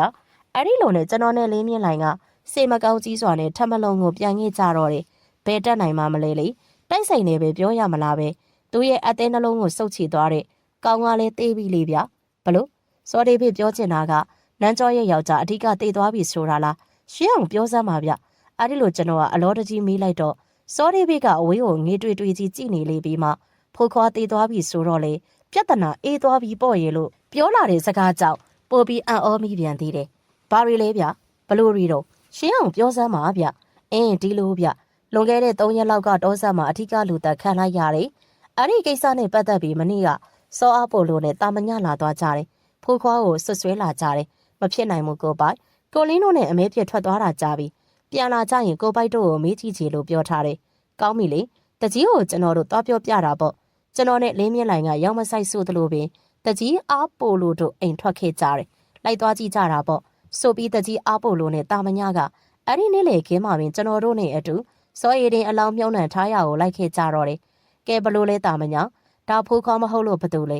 ရှုပ်ပြက်စင်းပြက်ဖြစ်နေတော့လေခန္ဓာကိုယ်အဆက်အပေါက်နဲ့ညာဘက်လက်ခုံပေါ်မှာကြားကောင်းရုပ်ဆေးမြင့်ကြောင်သည်ငင်းမရလေတော့တတ်တည်ဖြစ်လေခြင်းကြောင့်တို့ဆိုသလိုကျွန်တော်တို့နဲ့အတူပါလာတဲ့မုတ်ဆိုးကြီးစောဒေးဗစ်ကပြောလာတဲ့အခါမှာဆွဆွဲသူတာမညသားလေးမဟုတ်တကြီးအားပို့လို့သည်ပင်စောဒေးဗစ်ကိုမောမကြည့်ဝင်အောင်မျက်နှာသေးလေးနဲ့ရှိနေတော့တယ်အဲ့ဒီလိုနဲ့ကျွန်တော်တို့ကစောဒေးဗစ်ရဲ့စန္ဒအရာသူ့ရဲ့သားရုပ်အလောင်းကိုရွာပြန်တကြိုလိုချင်းကိုလိုက်ရောလိုကြသည်ဆိုပေမဲ့တေးတဲ့သူဟာတေးပြီးမထူးပါဘူးဖထီရဲ့ဒီလောက်အနက်အသက်ထွက်နေတာရွာပြန်သေးလို့လည်းမကောင်းတော့ပါဘူးဒီမှာပဲကြာကြာနာနာမြုပ်ခဲ့ကြတာပေါ့ဗျတကြီးလည်းရှိနေတာပဲပြဿနာမရှိကောင်းပါဘူးလို့ကျွန်တော်ကပြောလိုက်တယ်ဒါဖြစ်လဲကျုပ်သားနဲ့အတူဒီတညအတူတူနေပြီးသူ့အတွက်ဖျားရှိခိုးပေးခြင်းနဲ့တို့ဆိုလေတဲ့ဖြင့်ကျွန်တော်ဟာတကြီးနဲ့တိုင်ပင်ကအဲ့ဒီနေရာလေးမှာတညတာစခန်းချနေပေးလိုက်ကြဖို့သဘောတူဆုံးဖြတ်လိုက်ကြတယ်တာပလူအားကြီးလော်ကျေးဇူးတင်စကားဆိုလာကြပြီမုတ်ဆိုးကြီးစောဒေးဗစ်ကညစာအတွက်ငါအမဲသွားရှာမယ်ဆိုလေချင်းကြောင့်ကျွန်တော်ကကြပြကသေးပင်ထိုင်ရမှထားလိုက်ခါဖာတီကျွန်တော်လိုက်ခဲ့မယ်လို့ဆိုပြီးလင်းမြင့်လိုင်ကိုမျက်ရည်ပြခဲ့တော့တဲ့ဖြင့်လင်းမြင့်လိုင်ကကျွန်တော်တကြီးတို့နဲ့နေခဲ့မယ်ဆိုလာတော့တယ်လင်းမြင့်လိုင်ကတကြီးတို့နဲ့အတူကျွန်တော်တို့အမဲပြပြန်မရောက်မီတညတာတဲခိုအိတ်ဆက်ဖို့အတွက်ယာယီစခန်းတဲဆောက်ထားမှဖြစ်မီကိုသိလိုက်တာကြောင့်စောဒေးဗစ်နဲ့အတူနောက်ဆက်မငင်အမဲပြထွက်ခဲ့တော့တယ်ဖိုးခွားကကြီးသားကြိုက်တယ်ကွာဒါကြောင့်ငါကြီးကောင်ကိုပဲရှာပစ်ချင်တယ်အဲ့ဒီလိုနဲ့လမ်းမှာစောဒေးဗစ်ကပြောခဲ့လေခြင်းကြောင့်ကျွန်တော်ဒီတောဝက်ကိုတွေ့တော်တယ်မပြစ်မိခဲ့ဘူးအဲ့ဒီလိုနဲ့ကြီးကောင်တွင်နိုးတောတိုးရှာခဲ့ကြရမှာအချိန်တွေကုန်ခဲ့ရတယ်လို့ခရီးလေးအတော်ပေါက်ခဲ့ကြပြီဖြစ်တော်တယ်ဖာတီရတဲ့သားကောင်ပြစ်ပြီးပဲပြန်ညရင်ဖြင့်ကောင်းမယ်ထင်တယ်ဟိုမှာစောရည်တင်အတော်ဝတ်ပြုစုတောင်းပေးမယ်ဆိုတို့ကျွန်တော်ကတတိပေးလိုက်လေမှအေးဟုတ်ပါကွာနေပါဦးငါတို့ဘယ်ရောက်လာကြပြီမသိကွာလို့ဆိုပြီးပတ်ဝန်းကျင်အနေအထားကိုအကဲခတ်လှည့်ပတ်ကြည့်လိုက်လေပြီးတင်ငန်းမြောင်မေးပဲကွာလာကွာဒီမြောင်ကိုပြန်စုံစင်းပြီးမအူတော့ကိုဖြတ်တက်လိုက်ရင်တော့ကန့်ကျုံဒီချောင်းရောက်ပြီပေါ့ရဲ့လို့ပြောလာတယ်အဲ့ဒီလိုနဲ့ကျွန်တော်တို့နှစ်ယောက်ကတင်ငန်းမြောင်အတိုင်းစုံစင်းခဲ့ကြလေပြီမအူတော့ကိုဖြတ်အတက်မှာကန့်အားလျော်စွာပင်မြောက်တကောင်ကိုပြစ်ခတ်ရလိုက်တော့တယ်အတော်ကြီးကြီးမြောက်ညိုကြီးဖြစ်တယ်အဲ့ဒီမြောက်ကောင်တွေကိုစောဒေးဗစ်ကထမ်းပိုးလာကြည့်တယ်ဝါတုံတော်တောင်ရောပေါ်ရောက်လို့မှဟာဟိုရှိအပေါ်မှာလူတယောက်တို့စောဒေးဗစ်ကပြောရင်းရက်တန့်ကြည့်နေလေခြင်းကြောင့်ကျွန်တော်ဒီလေသူနဲ့အတူသူညွန်ပြရသူလှမ်းကဲကြည့်လိုက်တဲ့အခါမှာလွန်မင်းစွာနဲ့အံ့ဝယ်ကောင်းတဲ့အဖြစ်နဲ့ကြုံလိုက်ရကြတော့တယ်စောအေဒင်ရဲ့လို့လည်းနှုတ်ကထွက်သွားတော့တယ်မဖြစ်နိုင်ဘူးစောဒေးဗစ်ကတို့ဆိုလျက်တောင်ရောပေါ်ကိုအပြေးကလေးတက်သွားလေတယ်ထို့သူဘဲသူဘဲဝါတဲတဲကွက်ကွက်တိလို့၍အလျင်မီလိုက်သွားခြင်းလေးဖြစ်တယ်ဒါကြောင့်မို့လို့ကျွန်တော်ကလည်းအပြေးလိုက်သွားမိတော့တယ်မဖြစ်နိုင်ဘူးဆိုသည်ကျွန်တော်လည်းတည်ထားပေမဲ့ကောလုံးကောပေါက်ကစင်စင်တူးနေခြင်းကြောင့်မျက်နှာကိုတွေးမိလို့ပြီးပြန်တယ်ဟေးတို့နယ်လေကျွန်တော်ကအတန်ပေးလိုက်တယ်ရှေ့ခက်လန်းလန်းမှသွားနေသူနောက်လှည့်ကြည့်လာစီဖို့ဖြစ်တယ်ကျွန်တော်အတန်ကိုသူကြားပုံရတယ်ဘဲအတွက်လှည့်ကြည့်မလဲပဲခြေရဖြတ်သွားနေပါလိမ့်ဆော့အေတင်မဟုတ်နိုင်မှန်တိလျက်လှမ်းអော်လိုက်ပြန်ညာအဲ့ဒီသူကသူ့နောက်မှရန်သူလိုက်လာလေးဟန်အလားပြေးသွားကြည့်တော့တယ်အတန်ကြာတော့လုံးလုံးရရကြီးမျက်ချီပြတ်သွားရတော့တယ်နားအောင်မေကွာလို့ဆိုပြီးစောဒေးဗစ်ကထမ်းပိုးလာတဲ့မြောက်ကောင်တွေကိုမြေပြင်ကိုပစ်ချလိုက်ခါသူဟာလည်းမြေပြင်မှာခြေပြက်လက်ပြက်ထိုင်ချလိုက်တော့တယ်ကျွန်တော်ဟာလည်းသူရှိရှိတစ်ပင်လေးတစ်ခုကိုင်းတက်ပေါ်မှာမှင်းထိုင်လိုက်တော့တယ်ဒီကောင်ဘသူလဲမသိဘူးပါတီစောဒေးဗစ်ကပြောဆူသူ့ရဲ့ကပိုက်ထောင်အတွင်းကကွန်တရာကိုထုတ်ယူသွားလိုက်တော့တယ်စောရည်တင်နဲ့တော့အတော်ကလေးတူတယ်ဗျတို့ဆိုသလိုပြောလိုက်ရင်ကျွန်တော်ဟာလည်းအိတ်ကက်အတွင်းက export ဒူးရဘူးကိုထုတ်ပြီးတလိမ့်နှက်ယူမိမိဖွာလိုက်တယ်အဲ့ဒီလိုနဲ့စောဒေးဗစ်ကကောမြောဝါကျွန်တော်ဟာစီကရက်ဖွာရင်စကားမပြောမစို့မှိန်းနေကြစင်မှာဒိန်ကနေတနတ်တန်နဲ့အတူကျွန်တော်တို့နဲ့ခက်လန်းလန်းနေရမှာတားကောင်ငယ်တကောင်ခွေလဲကျသွားတာကိုတွေ့လိုက်တယ်စောကလူပြစ်လိုက်တာဖြစ်မယ်အဲ့ဒါလို့ဆိုလျက်ကျွန်တော်ကအဲ့ဒီတားကောင်ကိုလာရောက်ယူငင်မဲ့သူကိုစောင့်ကြည့်နေလိုက်တယ်ဘဲသူဘဲဝါတိရမီဖြစ်သည်မဟုတ်ပါကလားအတန်ကြာသည့်တိုင်အဲ့ဒီတားကောင်ငယ်ရှိရာကိုတနတ်သမားရောက်လာခြင်းမရှိဘလို့ပါလေဟာဟင်တို့ကျွန်တော်တို့မျောလင့်တလင်းနဲ့ရှိနေစဉ်အဲ့ဒီတားကောင်သေးရှိရတော့တေကိုင်းညောက်တစ်ချောင်းကျလာတယ်အဲ့ဒီတေကိုင်းညောက်မှာစားတစ်စောင်းကပ်ပါလာတယ်တို့တပြိုင်နက်ဆိုသလိုခက်လန်းလန်းမှတော်တူပြေးလွှာထွက်သွားတယ်ကိုကြားလိုက်ရတယ်ဖထီးရီထူးကြတယ်ဗျတနတ်သမားကဘယ်သူလဲမသိဘူးသူပြစ်ထားတဲ့တားကောင်ကိုလားမယူလေပဲစားတစ်စောင်းပြစ်ချပေးသွားလေရဲ့လာဖထီးဘာစားလဲမသိသွားကြည့်ရအောင်ပြောဆူကျွန်တော်ဟာ နေရာမှထကအဲ့ဒီနေရာသို့ခတ်သွားလိုက်တယ်တိတ်ကိုင်းကြောင်းနဲ့ပူရဲရှိနေတဲ့စာကိုကောက်ယူဖတ်လိုက်တယ်အဲ့လိုဒီကြီးကောင်လေးကဖာတီအတွက်ဆိုပါကလားကျွန်တော်ဟာလက်တွင်းကစာကိုဖာတီစောတေးဖိတ်ကိုလှည့်ပေးလိုက်တယ်စောတေးဖိတ်ကထမ်းပိုးလာတဲ့မြောက်တီကောင်ကိုပခုံးထက်ထမ်းလျက်အနေအထားနဲ့ပဲစာကိုဖတ်လိုက်လေပြီးပြေးထွက်သွားသူနောက်ကိုလှမ်းကဲကြည့်လိုက်တယ်ဘလို့တွေ့နိုင်တော့မှာတော့ဖာတီရဲ့ကြီးကောင်လိုအပ်နေမှဒီလူဘလို့တိပါလေအမွယ်ပင်ကောင်းသေးတော့တယ်တာဘလူအာချီလော်ဂျေဇူးတင်တဲ့ဟဲ့ရလို့စောတေးဖိတ်ကလှမ်းအော်လိုက်လေပြီးမြောက်တီကောင်ကိုပြစ်ချလို့ကြီးကောင်ကိုအစားထိုးထမ်းပိုးလိုက်လေခြင်းကြောင့်ကျွန်တော်ဟာအလိုက်တသိနေပဲမြောက်ကောင်ကိုကောက်ယူထမ်းပိုးပြီးအဲ့ဒီနေရာလေးမှာထွက်ခဲ့လေတော့တယ်စကန်းပြန်ရောက်လို့အဖြစ်မှန်ကိုကျွန်တော်ကပြောလိုက်တော့လေးမြင့်လိုင်ကစိတ်ဝင်စားအမှုအရာသားလေးရှိကြပြီးတကြီးစောအာပိုးလိုနဲ့တာမညတို့ကအံ့ဩနေကြခြင်းတောင်မကစိုးရင်ထိတ်လန့်နေကြတော့တယ်စောရည်တွေနာနာဘဝဖြစ်ပြီးကိုထင်လာပြလေသလားမသိလို့တာမညကပြောလာလို့ကျွန်တော်နဲ့လေးမြင့်လိုင်ပြုံးမိတော့တယ်ဘလို့ဖြစ်ကွာငါသားအတွက်ငါလို့အတဲ့ကြီးကောင်ရတဲ့အတွက်အများကြီးဝမ်းသာမိတယ်ကဲငါအသားဖြတ်ချီအောင်မလို့ဆိုပြီးကြီးကောင်သေးကိုဆွဲယူအရေးခွာအသားဖြတ်နေလေတော့သဖြင့်ကျွန်တော်ဟာထင်းချောက်တွေကိုလိုက်လံစူဆောင်းနေတော့တယ်လေးမြင့်လိုင်ကမြောက်တောင်ကိုအသားဖြတ်လေတယ်စောအပိုလိုနဲ့တာမညကခေါင်းရင်းဆိုင်ဘာတွေတွတ်ထိုးနေကြလေတယ်မသိဘူးမျက်နှာအမူအရာတော့ဖြင့်အတော်ကလေးပြက်နေကြတယ်အတော်လေးကြာမှသူတို့နှစ်ယောက်ကလေးမြင့်လိုင်နဲ့စောဒေးဗစ်တို့အသားဖြတ်နေကြတာကိုဝိုင်းကူလာကြတော့တယ်အဲ့ဒီလိုနဲ့ညနေဆောင်လူမှာအသားမီးကင်တွေကြက်သွားကြလေပြီဖြစ်တော့တယ်ဖာတီစောဒေးဗစ်ကသားတော်မောင်အတွက်ဝတ်ပြူစုချောင်းပေးလေတော့တယ်ပြီးတော့မြောက်သားကင်နဲ့ကြီးသားကင်ကိုသားဖြစ်သူရဲ့မြေပုံပေါ်မှာကပြောပတ်နဲ့ထုတ်ပိုးတင်လိုက်လေပြီကဲစားကြတော့ဗျာကျုပ်သားအတွက်ရီစုအလှပေါ့လို့ပြောလာတော့စိတ်မကောင်းဖြစ်မိသေးတော့တယ်ကဲကိုပိုက်ရော့ဗျာဆိုလျက်လင်းမြင့်လိုင်ကကျွန်တော်အဝိစကီပလင်းများလေးကိုကမ်းပေးလာတော့တယ်စောရည်တွေအတွက်စိတ်မကောင်းဖြစ်နေကြလို့လာတော့ဖြစ်မသိဘူးမဲရရစားပြစ်ကြခြင်းမရှိကြောက်ကျွန်တော်နဲ့လေးမြင့်လိုင်ကထဲမီးပုံနှပြီးမှထိုင်လျက်ဝီစကီကိုဆက်တောက်နေကြတယ်စောဒေးဗစ်ကသားဖြစ်သူမြေပုံနားမှာထိုင်ပြီးကြိတ်ငိုနေတဲ့တူရီသောသားဘီကိုကျွန်တော်တို့ရဲ့ပယောကမကင်းလို့တွက်မိခြင်းကြောင့်ကျွန်တော်နဲ့လေးမြင့်လိုင်ကလွန်မင်းစွာစိတ်မကောင်းဖြစ်ကြရတယ်ဝီစကီတပြားမှသည်နှစ်ပြားကုန်းခဲ့ကြတော့တယ်ရီဝေမူးလို့လည်းနေကြကြပြီဖြစ်တယ်ကဲကော်လင်အိယာဝင်းစုဗျအဲ့ဒါလို့ပြောပြီးကျွန်တော်ကစောဒေးဗစ်ရှိနေတဲ့မြေပုံနားကိုလှမ်းကဲကြည့်လိုက်တယ်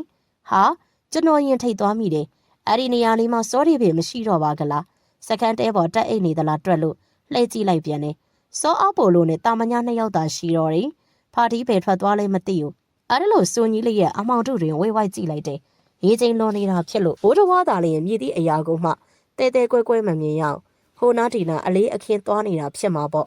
အဲ့ဒီလိုလေးမြင့်နိုင်ကပြောရင်တရိမ့်နဲ့စကန်တဲဘက်ထွက်သွားတယ်အာအဲ့ဒါလို့ရှိစဉ်စကန်တဲပေါ်မှာအိမ်မောကြဟန်တူးနေတဲ့အာပိုလိုနဲ့တာမညာတို့ထံကအလန်တကြားအော်ဟစ်လိုက်တဲ့ကြောင့်ကျွန်တော်ကကြပြကတိလှမ်းမဲကြည့်လိုက်တယ်လို့လေးမြင့်လိုင်ကတဲဘက်ကိုခြေဦးတီသွားနေတဲ့ခြေလမ်းတွေကိုရက်တက်လိုက်တော့တယ်ဟာအာပိုလိုနဲ့တာမညာကဂမှုရှူတို့ထကတဲပေါ်ကနေခုံစင်းလာကြတယ်တဲဝါကျန်းငင်တစ်ဖက်အဆက်မှာလွန်စွာမြကြီးမားတဲ့မွေကြီးတကောင်လူးလွတ်နေပါကလောက်ဘယ်ဘလို့ရောက်လာတာပါလေကျွန်တော်ကကြပြကတိပြလက်တွင်းရှိတနက်နဲ့အဲ့ဒီမွေကြီးကိုလှမ်းပစ်လိုက်တော့တယ်ဒိန်းကနေမူးနေတာဖြစ်လို့ပြက်မှတ်အနေငယ်လွဲချော်သွားတယ်အဲ့ဒါလို့ဖြစ်လို့နောက်ထပ်တစ်ချက်ထပ်ပြစ်မိအလုံးမှာဒိန်းကနေတဖူးဖူးနဲ့နှောင်မောက်နေတဲ့မွေကြီးဦးကောင်းကသွေးတွေဖြာထွက်ကြေးမွသွားတော့တယ်ဟင်တနက်တန်လာရကိုကျွန်တော်နဲ့လေးမြင့်နိုင်လှည့်ကြည့်လိုက်ကြတယ်ဖာတီစောတီဖြစ်တို့ဆိုတယ်လို့ပြိုင်တူခေါ်လိုက်ကြတယ်ဒါဟိုကောင်းလက်ချက်တို့စောတီဖြစ်ကပြောဆူကျွန်တော်တို့နားရောက်လာတဲ့ဖြင့်တအံ့တော်ကြည့်မိကြတော့တယ်ဘဲကောင်းလက်ချက်လေအားဖို့လိုကမျက်ထောင်နေကြီးနဲ့စောဒေးဗစ်ကိုကြည့်ကမေးလေတော့တယ်ကျုပ်ဖိုးခွားမြေပုံနားမှာထိုင်နေတော့ကြောက်ကိုလူတယောက်နှုတ်မဟုတ်တတော်ဝါတကောင်ချောင်းမြောင်းကြည့်နေတယ်လို့ထင်လိုက်မိတော့ကခက်လန်းရှိတဲ့ခြုံတွေတောဘက်ကိုစက်ခနဲ့လှမ်းကြည့်လိုက်တယ်ဆိုရင်မေရှိတ်ခနဲ့ပြေးထွက်သွားတဲ့လူတယောက်ကိုလှမ်းတွေ့လိုက်တယ်ဟိတ်ကောင်မပြေးနဲ့ဘာလာချောင်းတော်လေးဆိုပြီးကျုပ်တနက်ဆွဲပြေးလိုက်သွားတယ်သူကရှေ့ရပြေးကျုပ်ကနှုတ်ကလိုက်ပေါ့ချောင်းမကြီးတစ်ခုတည်းရောက်သွားတဲ့အခါအဲ့ဒီလူကိုမတွေ့တော့ဒါနဲ့ကျုပ်လဲအဲ့ဒီနေရာလေးကိုလှည့်ပြန်မယ်အလုံးမှာကျေးဇူးတင်နေဖာထီးဆိုတဲ့အတန်ကြားတာနဲ့နောက်ဖက်တောင်ကျောလေးကိုလှည့်ကြည့်လိုက်တယ်အတော်လျက်နဲ့ကောင်းမေးပဲဗျဘလို့ကျုံတော့ရောက်နေလေတော့မသိဘူးလူကောင်ကိုတော့ဘွားကနေတွေ့လိုက်ပါတယ်နို့ပေမဲ့လို့မျက်နှာကိုမမြင်လိုက်ရအောင်သူ့လက်ထဲမှာလည်းမွေကြီးတစ်ကောင်ကိုပွေပိုက်ကင်ထားတာကိုတွေ့လိုက်တယ်မင်းဘသူလဲဘာလို့မလို့လဲမေးလိုက်ုံရှိသေးတယ်အဲ့ဒီလူပျောက်သွားတယ်ကျုံလဲစခန်းပြန်လာတော့ခုလိုအဖြစ်နဲ့လာကြုံတော့တာပဲဒီမွေကြီးကဒီကောင် တိုက်ပြေးတဲ့မွေကြီးပဲကွမင်းတို့နှစ်ယောက်ကိုလာလောက်ကြံတာဖြစ်မယ်ဟင်းဟေးအားဖို့လိုနဲ့တာမညာအံ့ဩထိတ်လန့်သွားကြတော့တယ်ဒါနဲ့နေပါအောင်အဲ့ဒီလူကိုမြင်လိုက်တယ်ဆိုတော့မျက်နှာမမြင်လိုက်တောင်သူ့ပုံမှန်တရံကိုတော့သိလိုက်မှာပေါ့အဲ့ဒီလိုကျွန်တော်ကမေးလိုက်တော့ငါတို့တွေးခဲ့တဲ့လူပေပဲကွာလို့စိုးလာတော့ကျွန်တော်အံ့အားသင့်မိသွားတော့တယ်ဒါဖြစ်စောအေတင်နဲ့တူတဲ့သူပေါ့ဒါလို့ပြောလိုက်တော့စောဒေးဗစ်တယောက်ဘာကြောင့်ရင်မသိမျက်နှာညှိုးကျသွားတော့တယ်သို့ဆိုသလိုအားဖို့လိုနဲ့တာမညဟာမှင်တက်သွားကြလေတော့တယ်လင်းမြင့်လိုင်ကကျွန်တော်ကိုစေးစေးကြည့်ရင်ခေါင်းတစ်ဆက်ဆက်ညှိပြလာကြတော့တယ်ကျုပ်တော့ခမည်းကိုတိတ်မသိငါချင်တော့သို့ဆိုသလိုတာမညကစောဒေးဗစ်ကိုကြည့်ကပြောလာတာကြောင့်ကျွန်တော်နဲ့လင်းမြင့်လိုင်ကတန်တအောဖြစ်လျက်သူ့ကိုငေးကြည့်နေမိတော့တယ်မင်းဟာဘာလို့ငါ့ကိုတင်ငါမကင်းဖြစ်ရတာတော့ဘာလဲမွေကြီးမင်းတို့နှစ်ယောက်ကြားပြစ်ချလိုက်တဲ့ကိစ္စမှာငါပယောကပါတယ်လို့များထင်လို့လားအဲ့လိုမှဖြင့်ငါဘလို့မင်းတို့ကိုဟိုကောင်အကြောင်းပြောတော့မှလဲမတီးလိုက်ပါတာနေလိုက်တော့မှာပေါ့ငါအပူတပြားသားမှမပါဘူးဟဲ့ဖာတီပြောတာဟုတ်တာပဲတာမညာရဲ့ဘာလို့ဆွဆွဲချင်ရတာတော့တို့ကျွန်တော်ကကြောင်းဝင်ပြောလိုက်တော့တက်ကြီးအားပို့လို့ကစောဒေးဗစ်ကိုစစ်စစ်ကြည့်လိုက်လေပြီသူပြောတဲ့ကောင်ကသူ့သားစောရည်တင်နဲ့တထီယာတဲ့တူးတဲ့ဆိုတော့စဉ်းစားစရာပဲကွသူ့သားများဖြစ်နေလိမ့်မလားဒါကြောင့်ငါတို့ကိုလောက်ကြံတာနေမှာပေါ့ပြောလေတော့ကျွန်တော်ကလှောင်ရည်ရှိမောလိုက်ခါအတော်ကြီးစရာကောင်းတာပဲဗျစောရည်တင်အလောင်းကဟိုမယ်လေတကြီးတို့လည်းအမြင်အသိပဲဘလို့လို့စောရည်တင်ဖြစ်ရမှာတော့တေးတဲ့သူကတေးပြီးပဲဗျမရိုးစွတ်ချင်ပါနဲ့ကျွန်တော်အဲ့ဒီလူကိုမြင်လိုက်ရတာပဲစောရည်တင်နဲ့အတော်ကလေးစင်းနေဆိုတာကိုလုံးကိုတွေကိုပြောတာမျက်နှာကိုမြင်လိုက်ရတာမဟုတ်တို့ကျွန်တော်စကားဆုံးတာနဲ့လင်းမြင့်လိုင်ကထိုင်ရမှထလိုက်လေပြီးတာမညကိုလှမ်းကြည့်ကကဲလာလေကွာစောရည်တင်အလောင်းကိုပြန်ဖော်ကြည့်ကြမယ်တေးကြအောင်လို့ပေါ့လို့ပြောလိုက်တော့တာမညဟာမျက်နှာအကြီးအကျယ်ပြက်သွားပြီးခေါင်းကိုခါရမ်းပြညှင်းဆန်လေတော့တယ်ကဲဘာမှပြောမနေကြနဲ့တော့ဗျအိတ်ကြဆိုမနဲ့စောစောပြန်ညမယ်လင်းမြင့်လိုင်ကတိုးနေပြောပြီးတဲဘော်ကိုတက်သွားလေတော့တယ်တာမညနဲ့တကြီးအားပို့လို့ဟာလေတဲဘော်တက်သွားကြတော့တယ်ကျွန်တော်ကမီးပုံနာမှာထိုင်နေတဲ့ဖာတီစောဒေးဗစ်နာကိုသွားလိုက်ပြီးတော့တာမညကလည်းသူ့အကိုတယောက်လုံးတည်ထားတော့တာစိတ်ဆင်းရဲနေဟန်တူပါတယ်ဗျပြိုင်ဘက်တို့ရဲ့သဘောကဒီလိုပဲပေါ့ဗျရှုံးနေသူကအနိုင်ရသူအပေါ်အမြင်မကြည်တတ်ကြဘူးလေကျွန်တော်လည်းကိုချင်းစာမိပါတယ်ကဲဖာတီလာပါအိတ်ကြဆိုလို့ပြောလိုက်လေတယ်ငါမအိတ်ချင်ဘူးမနဲ့ဆိုငါတောင်းကိုငါခွဲသွားရတော့မှာတညာလုံးကသူနဲ့စကားတွေတဝါကြီးပြောကျင်သေးတယ်မှားစရာတွေလည်းရှိသေးတယ်ဆိုလျက်ဖာတီစောဒေးဗစ်ကမီးပုံနာထကစောအီတွေမြုံနှံထားတဲ့မီးပုံကိုသွားလိုက်လေတော့ကျွန်တော်ဟာလေတဲဘော်ကိုပြန်လျှောက်သွားလိုက်တော့တယ်ကျွန်တော်နဲ့လင်းမြင့်လိုင်ကတဲတစ်ဖက်တစ်ချက်အစုံးမှလဲလျောင်အိတ်လိုက်ကြတယ်စောအပိုလိုနဲ့တာမညကကျွန်တော်တို့နှစ်ယောက်အလဲကားဖြစ်တော့တယ်ပင်မနွမ်းနေနေတာဖြစ်လို့ကျွန်တော်လေနေ့ချိတ်ကြီးအိပ်ပျော်သွားတော့တယ်ဘလောက်ကြာအိပ်ပျော်သွားလိတယ်မသိကြက်လိရေလို့စူစူညံညံကျေးငတ်တို့ရဲ့အတန်ကြောင့်အိယာကနေနိုးလာရတယ်မိုးစင်စင်လင်းချပြီးတော့လင်းမြင့်လိုက်တယောက်တဲပေါ်မှာမရှိလေတော့စောအပိုလိုနဲ့တာမညလေနေ့ချိတ်အိပ်ပျော်နေကြစေဖြစ်တယ်ကျွန်တော်အိပ်မပျော်ခင်ကသူတို့နှစ်ယောက်အိပ်ပျော်ကြပုံ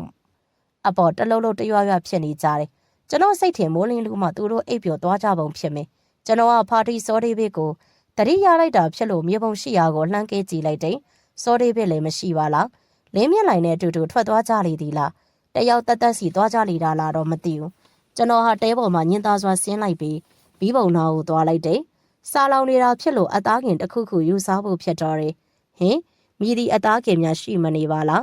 ညကစားကြသည်မှာကုံသွားကြသည်မှာမဟုတ်လေပဲအများကြီးကြမ်းနေတာပဲဘယ်ရောက်သွားကြပါလိမ့်ကျွန်တော်ဟာအမှတ်တမဲ့စောရည်တင်မြေပုံရှိရာကိုလှမ်းကဲကြည့်လိုက်တယ်စောရည်တင်မြေပုံပေါ်မှာအသားခင်တချို့နဲ့ပလင်းတစ်လုံးမှာကလားဘာတွေပါလိမ့်ကျွန်တော်ဟာမြေပုံသားသွားကပလင်းကိုယူကြည့်လိုက်တယ်ပလင်းရအတွင်းအရက်အနှင်းငယ်ရှိနေပါပြီကလားတောချက်အရက်တွေဖြစ်တယ်ဘယ်ကဘလို့ဒီရောက်လာပါလိမ့်စောဒေးဗစ်တော့ဖြင့်သိလိမ့်မယ်စောဒေးဗစ်ကတညလုံးမြေပုံသားမှရှိနေတယ်မဟုတ်ပါလား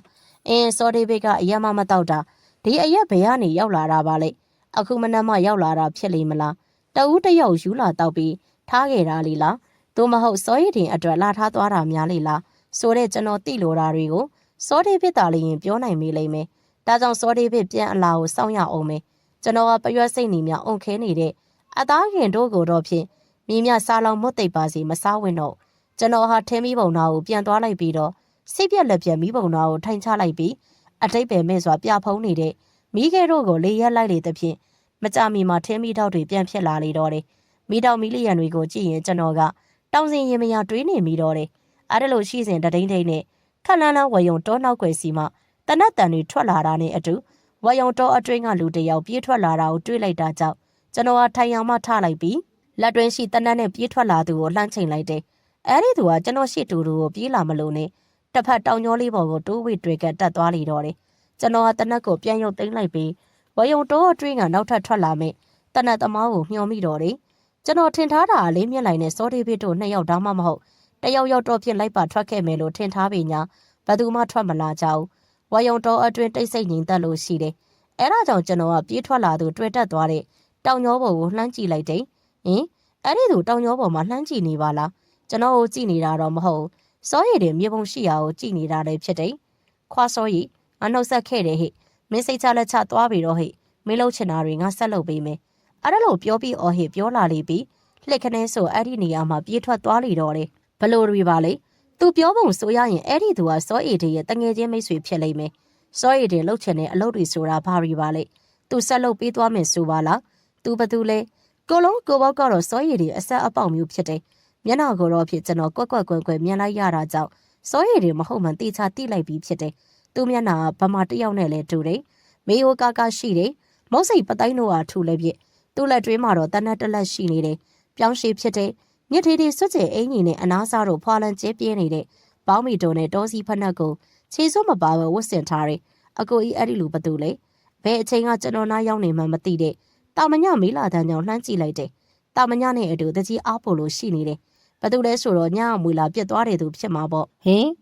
်ဘာတကြီးအားပို့လို့နဲ့တာမညတို့ထိတ်ထိတ်ပြပြဖြစ်သွားကြတော့တယ်။ကဲခမများတို့ရှုံးပြီလား။ဟိုကမြေတွင်းတဲမယ်ရှိနေတာစောရည်တင်ဆိုတာမဟုတ်နိုင်ဘူးညင်းညအောင်မလို့လား။ဒီလူကိုခမများတို့မသိကြဘူးဆိုတော့ခမများတို့နဲ့ရန်ညိုးရှိတဲ့သူမဟုတ်နိုင်ဘူးဆိုပေမဲ့ဘာလို့ညမွေပြစ်လောက်ကြံရတာပါလဲ။စောရည်တင်တငယ်ချင်းဆိုတော့သူရဲ့တငယ်ချင်းကိုစားကျုပ်တို့ကိုလောက်ကြံတာဖြစ်မှာပေါ့။ဟင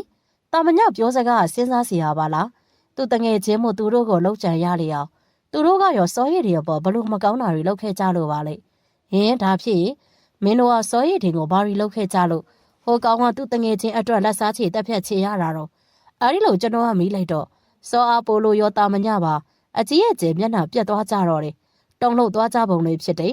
ဒါပေမဲ့ဆရာလေးပဲစဉ်းစားကြည့်လ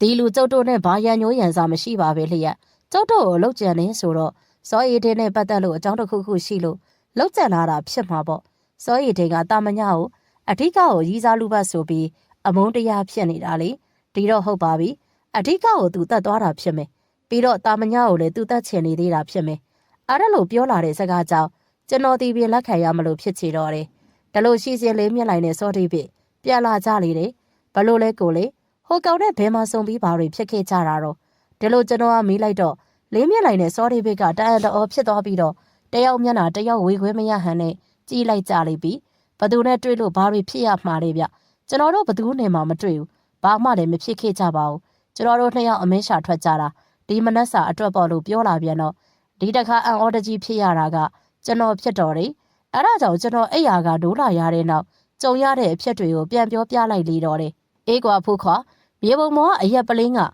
ငါတင်ထားတာညကမင်းတို့အိမ်မောကြနေတော့ထမလုံးရွာသားစိန်ကလားနဲ့အဖွဲဝါခုတ်စခန်းတက်သွားတာမှဒီဝင်လာကြသေးတယ်သူတငယ်ချင်းအေဒင်အတွက်ဆိုပြီးအရက်တလုံးပေးသွားတယ်သူတို့တွေစာနေကြတယ်ဆိုလို့အသားတင်တွေငါကင်ပေးလိုက်တယ်ဒါကြောင့်ဒီမနက်စောစောအမဲပြည့်ထွက်မယ်လို့တော့ကိုလင်းကငါနဲ့လိုက်မယ်ဆိုလို့တူတူနှစ်ယောက်ထွက်သွားကြတာလေဒါနဲ့နေပါအောင်တနက်သက်3ရက်ကြားတယ်ဆိုတော့ငါတို့လည်းမပြစ်ရပါဘူးကိုပိုင်လည်းမပြစ်ဘူးဆိုတော့ဟိုကောင်ပြစ်သွားတာဖြစ်မယ်တားကောင်ကိုပြစ်တာတော့ဟုတ်မယ်မထင်ဘူးသူပါကိုပြစ်သွားတာပါလေဟိုရှေ့ဝယုံနောက်ဘက်ကဒီကောင်ထွက်လာတယ်တနက်တန်လည်းအဲ့ဒီဘက်ကကြားတာဆိုတော့ဟာထမလုံးရွာသားငခွေးတို့လေအဲ့ဒီဝါတော့ဘက်ထွက်သွားကြတာကွာသူတို့နဲ့မြပတိပခဖြစ်သွားလို့များလားထမလုံးရွာသားငခွေးတို့ကအဲ့ဒီဘက်မှာရှိနေကြမယ်ဆိုတော့ရွာမပြန်ခင်တစ်ချက်လှည့်ကြည့်ကြရင်မကောင်းမိဘူးလားအဲ့ဒီလိုကျွန်တော်ချင်းချင်းဆဆပြောလိုက်တာကြောင့်ကျွန်တော်တို့ကရွာအောင်မပြန်လေသေးပဲငခွေးတို့ထွက်သွားကြတယ်ဆိုတဲ့ဝါတော်လီဘက်ထွက်ခဲ့ကြတော့တယ်တာမညာတယောက်စားလောင်နေတာကြောင့်ဖြစ်မယ်နောက်ဆုံးမှတရွေ့ရွေ့နဲ့လိုက်လျှောက်လို့လာတယ်မင်းမလိုက်နိုင်ရင်တော့စခန်းကပဲပြန်ဆောင်လေငါတို့ဒီလမ်းကပဲပြန်လာရမှာအဲ့ဒီလိုကျွန်တော်ကပြောလိုက်တော့တာမညာအခေါင်းကိုတွင်တွင်ခါပြီးရပါတယ်ဖြည်းဖြည်းလိုက်ခဲ့ပါမယ်လို့ပြောလာတော့စိတ်ရှိမိသေးတော့တယ်စောရည်တင်မြေပုံနာသူဘယ်နေရဲပါမလဲလေအေးလေဒါဖြစ်နေဖြည်းဖြည်းသွားကြတာပေါ့နားနေသွားကြတာပေါ့တာမညသည်ပင်မဟုတ်ကျွန်တော်တို့အားလုံးစားလောင်နေကြပြီဖြစ်တယ် အေးဗျကျုပ်အမားပါကျုပ်ကအသားခင်နေငခွေးတို့ကအားလုံးပေးလိုက်မိတယ်ဗျတနက်ရှိတာပဲသားကောင်ရှာရလွယ်လိမ့်မယ်ထင်ပြီးပေးလိုက်တာဗျအဲ့ဒီလိုစောတိဘိတ်ကစိတ်မကောင်းစွာနဲ့ပြောလာတယ်ဒီလိုနဲ့တရွေ့ရွေ့လာခဲ့ကြရမှာဝယုံလင်းတော်ဝါတော့အတွင်ခရီးလွန်တော့ရောက်ခဲ့ကြပြီဖြစ်ညာငခွေးတို့ဝါခုတ်စခန်းကိုမတွေ့ကြသေးဘူးတနက်တန်၃ချက်ကြားတာဒီနေရာလောက်ကဖြစ်မယ်ဗျအဲ့ဒီလိုကျွန်တော်ကပတ်ဝန်းကျင်တော့ဝိဝဲကြည့်ကပြောလိုက်တယ်ဟာဟိုရှိမယ်ဝါခုတ်တဲတွေ့ပြီအရှိရသွားနေတဲ့စောတိဘိတ်ကတောင်ကျောဆွဲလေးထိတ်မှလှမ်းမြင်ရတဲ့ဝါခုတ်တဲတစ်လုံးကိုအားရဝမ်းသာကြည့်ကပြောလာတော့တယ်လူတော့မတွေ့ဘူးဗျကျွန်တော်ကပြောလိုက်တယ်ကဲတာမည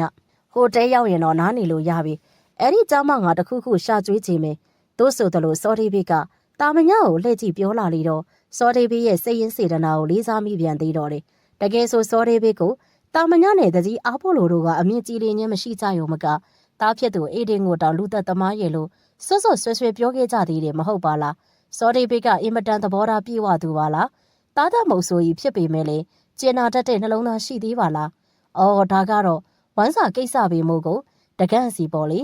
ေလူတွေဟာကြာရဇက်ယုံမှနေပြီးဝမ်းစာအတွက်ရှာဖွေစားတောက်နေကြရသည့်ကြားမှာအတက်နိုင်ဆုံးတော့နှလုံးသားကိုဖြူစင်အောင်ရှော့ဖို့နေကြရတာပါပဲကလားအဲ့ဒီလိုနဲ့ကျွန်တော်တို့ဝါခုတ်တဲကို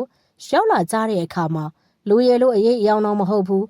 လူတို့နေထိုင်ကြပုံမမြင်မိဘူးဝါတဲကမကြသေးမီကစောက်ထားတာတွေဖြစ်တယ်ဝါဆိုရနက်မင်းတင်းတင်းရှိသေးတော့တယ်ဝါခုတ်သမားတွေရဲ့ပစ္စည်းရမရှိတဲ့အပြင်စောက်ပြီးဝါတဲကျန်းငင်းမော်တက်ထိုင်သွားပုံမတွေ့ရဘူးဝါစာအမြင်တို့ကတိုးလို့တန်လန်ဘယ်အတွက်တို့ဖြစ်ရပါသနည်းကျွန်တော်တို့ကအထူးဆန်းတဲ့ဝါတဲကိုလေ့လာဝိုင်းကြည့်နေကြစဉ်စောဒီဘိတ်ကဝါတဲရှိခက်လန့်လန့်ရှိချောင်းဆက်ကိုရောက်ရှိနေပြီဖြစ်တော့တယ်ဘာသွားလုပ်လေတယ်မသိဘူးကဲတာမညာမင်းသားချင်းရင်တီတဲပေါ်တက်နာပြီတော့ငါတို့တော့စားဖို့တစ်ခုခုသွားရှာရင်အခြေအနေလေးလာကြည့်အောင်မယ်တို့ကျွန်တော်ကပြောပြီးလေးမြင့်လိုင်ကိုမျက်ရည်ပြပြီးစောဒီဘိတ်ရှိရာကိုရှောက်သွားလိုက်တော့တယ်တဲထိုးပြီးမနေဘဲထွက်သွားကြလေမသိဘူးဗျကျွန်တော်နောက်ကကတ်လိုက်ပါလာတဲ့လေးမြင့်လိုင်ကအဲ့လိုပြောလာတဲ့အခါမှာကျွန်တော်ဟာလက်ကြည့်ရက်ဆောင်လိုက်လေပြီးကျွန်တော်တော့တိတ်မသိငါကျင်ဘူးလို့ပြောလိုက်တယ်ဘာလို့မသိငါတာတော့စောဒီဘိတ်ပြောတဲ့ဝါခုတ်သမားငခွေးတို့အုပ်စုကိစ္စလေးရှင်းအောင်ပြောပါကိုပါရဲ့ဒီလိုဗျကိုလေးရဲ့ဒီတဲကငခွေးတို့စောက်သွားတာဖြစ်မယ်တဲဆောက်ပြီးဘာလို့မနေကြပဲထွက်သွားကြတာတော့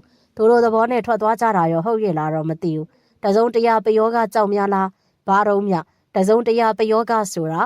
ဟုတ်လေဗျတနတ်သက်၃ချက်ကိစ္စလေးတို့ကျွန်တော်ကပြောလိုက်တော့လေးမြင့်လိုင်ကတစ်ချက်တွေးဝေသွားလိပြီဟာကိုပါရဲ့တသက်စီဖြစ်မှာပါတဲဆောက်ပြီးမနေထွက်သွားကြတယ်ဆိုတာကလေဒီတကြောမေသူ့ကိုခုတ်ကွက်စိတ်ကြိမ်မတွေ့လို့ဖြစ်မှာပေါ့ပြောလာလေတော့ကျွန်တော်ကစိမ့်ဆူပင်လုံးဖြောင်းတိုက်ရင်တပင်တိုင်းဝါတော့ကိုမင်းကပြလိုက်လေပြီတလောက်ကောင်းတဲ့ဝါတွေဘယ်သူမလို့ချင်းရှိပါမလဲဗျာလို့ပြောလိုက်တော့တယ်အေးရင်ဒါလေးဟုတ်တာပဲဗျတို့နှစ်ယောက်သားပြောဆိုလျှောက်ခဲ့ကြရမှာချောင်းဆက်မသည်ချောင်းတွင်းရှောက်နေတဲ့စောဒေးပင်နာရောက်တဲ့အခါမှာဘာတွေရှာနေတာတုံးလို့မေးလိုက်တန်ကြောင်စောဒေးပင်တယောက်ကုန်းကွက်အနေအထားမှခါမတ်လာပြီးဒီချောင်းအိုင်ထဲကငါးတွေကကျုပ်တို့အတွက်ညစာလုံလောက်ရနိုင်တယ်ဗျဆိုလျက်ဖမ်းယူထားရတဲ့ငါးတွဲကိုပြလာကြည့်တော့တယ်တောက်ခဲငရံ့ခေါင်းတို့တွေပါကလားရွှေအိုင်တွင်းမှလည်းမဲလှုပ်လို့ရှိသေးတယ်ကဲဖာတီကျွန်တော်တို့ဟိုရှိတောင်ကျော်လေးဘက်အခြေအနေလျှောက်ကြည့်ရင်အမဲရှာကြည့်အောင်မယ်လို့ဆိုပြီးနှစ်ယောက်သားစောဒေးဘိတ်အပါမှခွာခဲ့ကြတော့တယ်ဒီလိုနဲ့ကျွန်တော်နဲ့လေးမြင့်လိုင်ကဝါတော်လေးအလွန်မှရှိတဲ့ကျိုးမင်ပေါက်တော်ရည်လို့ပြောရမယ်တောင်ကျော်လေးပေါ်ကိုတက်ခဲ့ကြတော့တယ်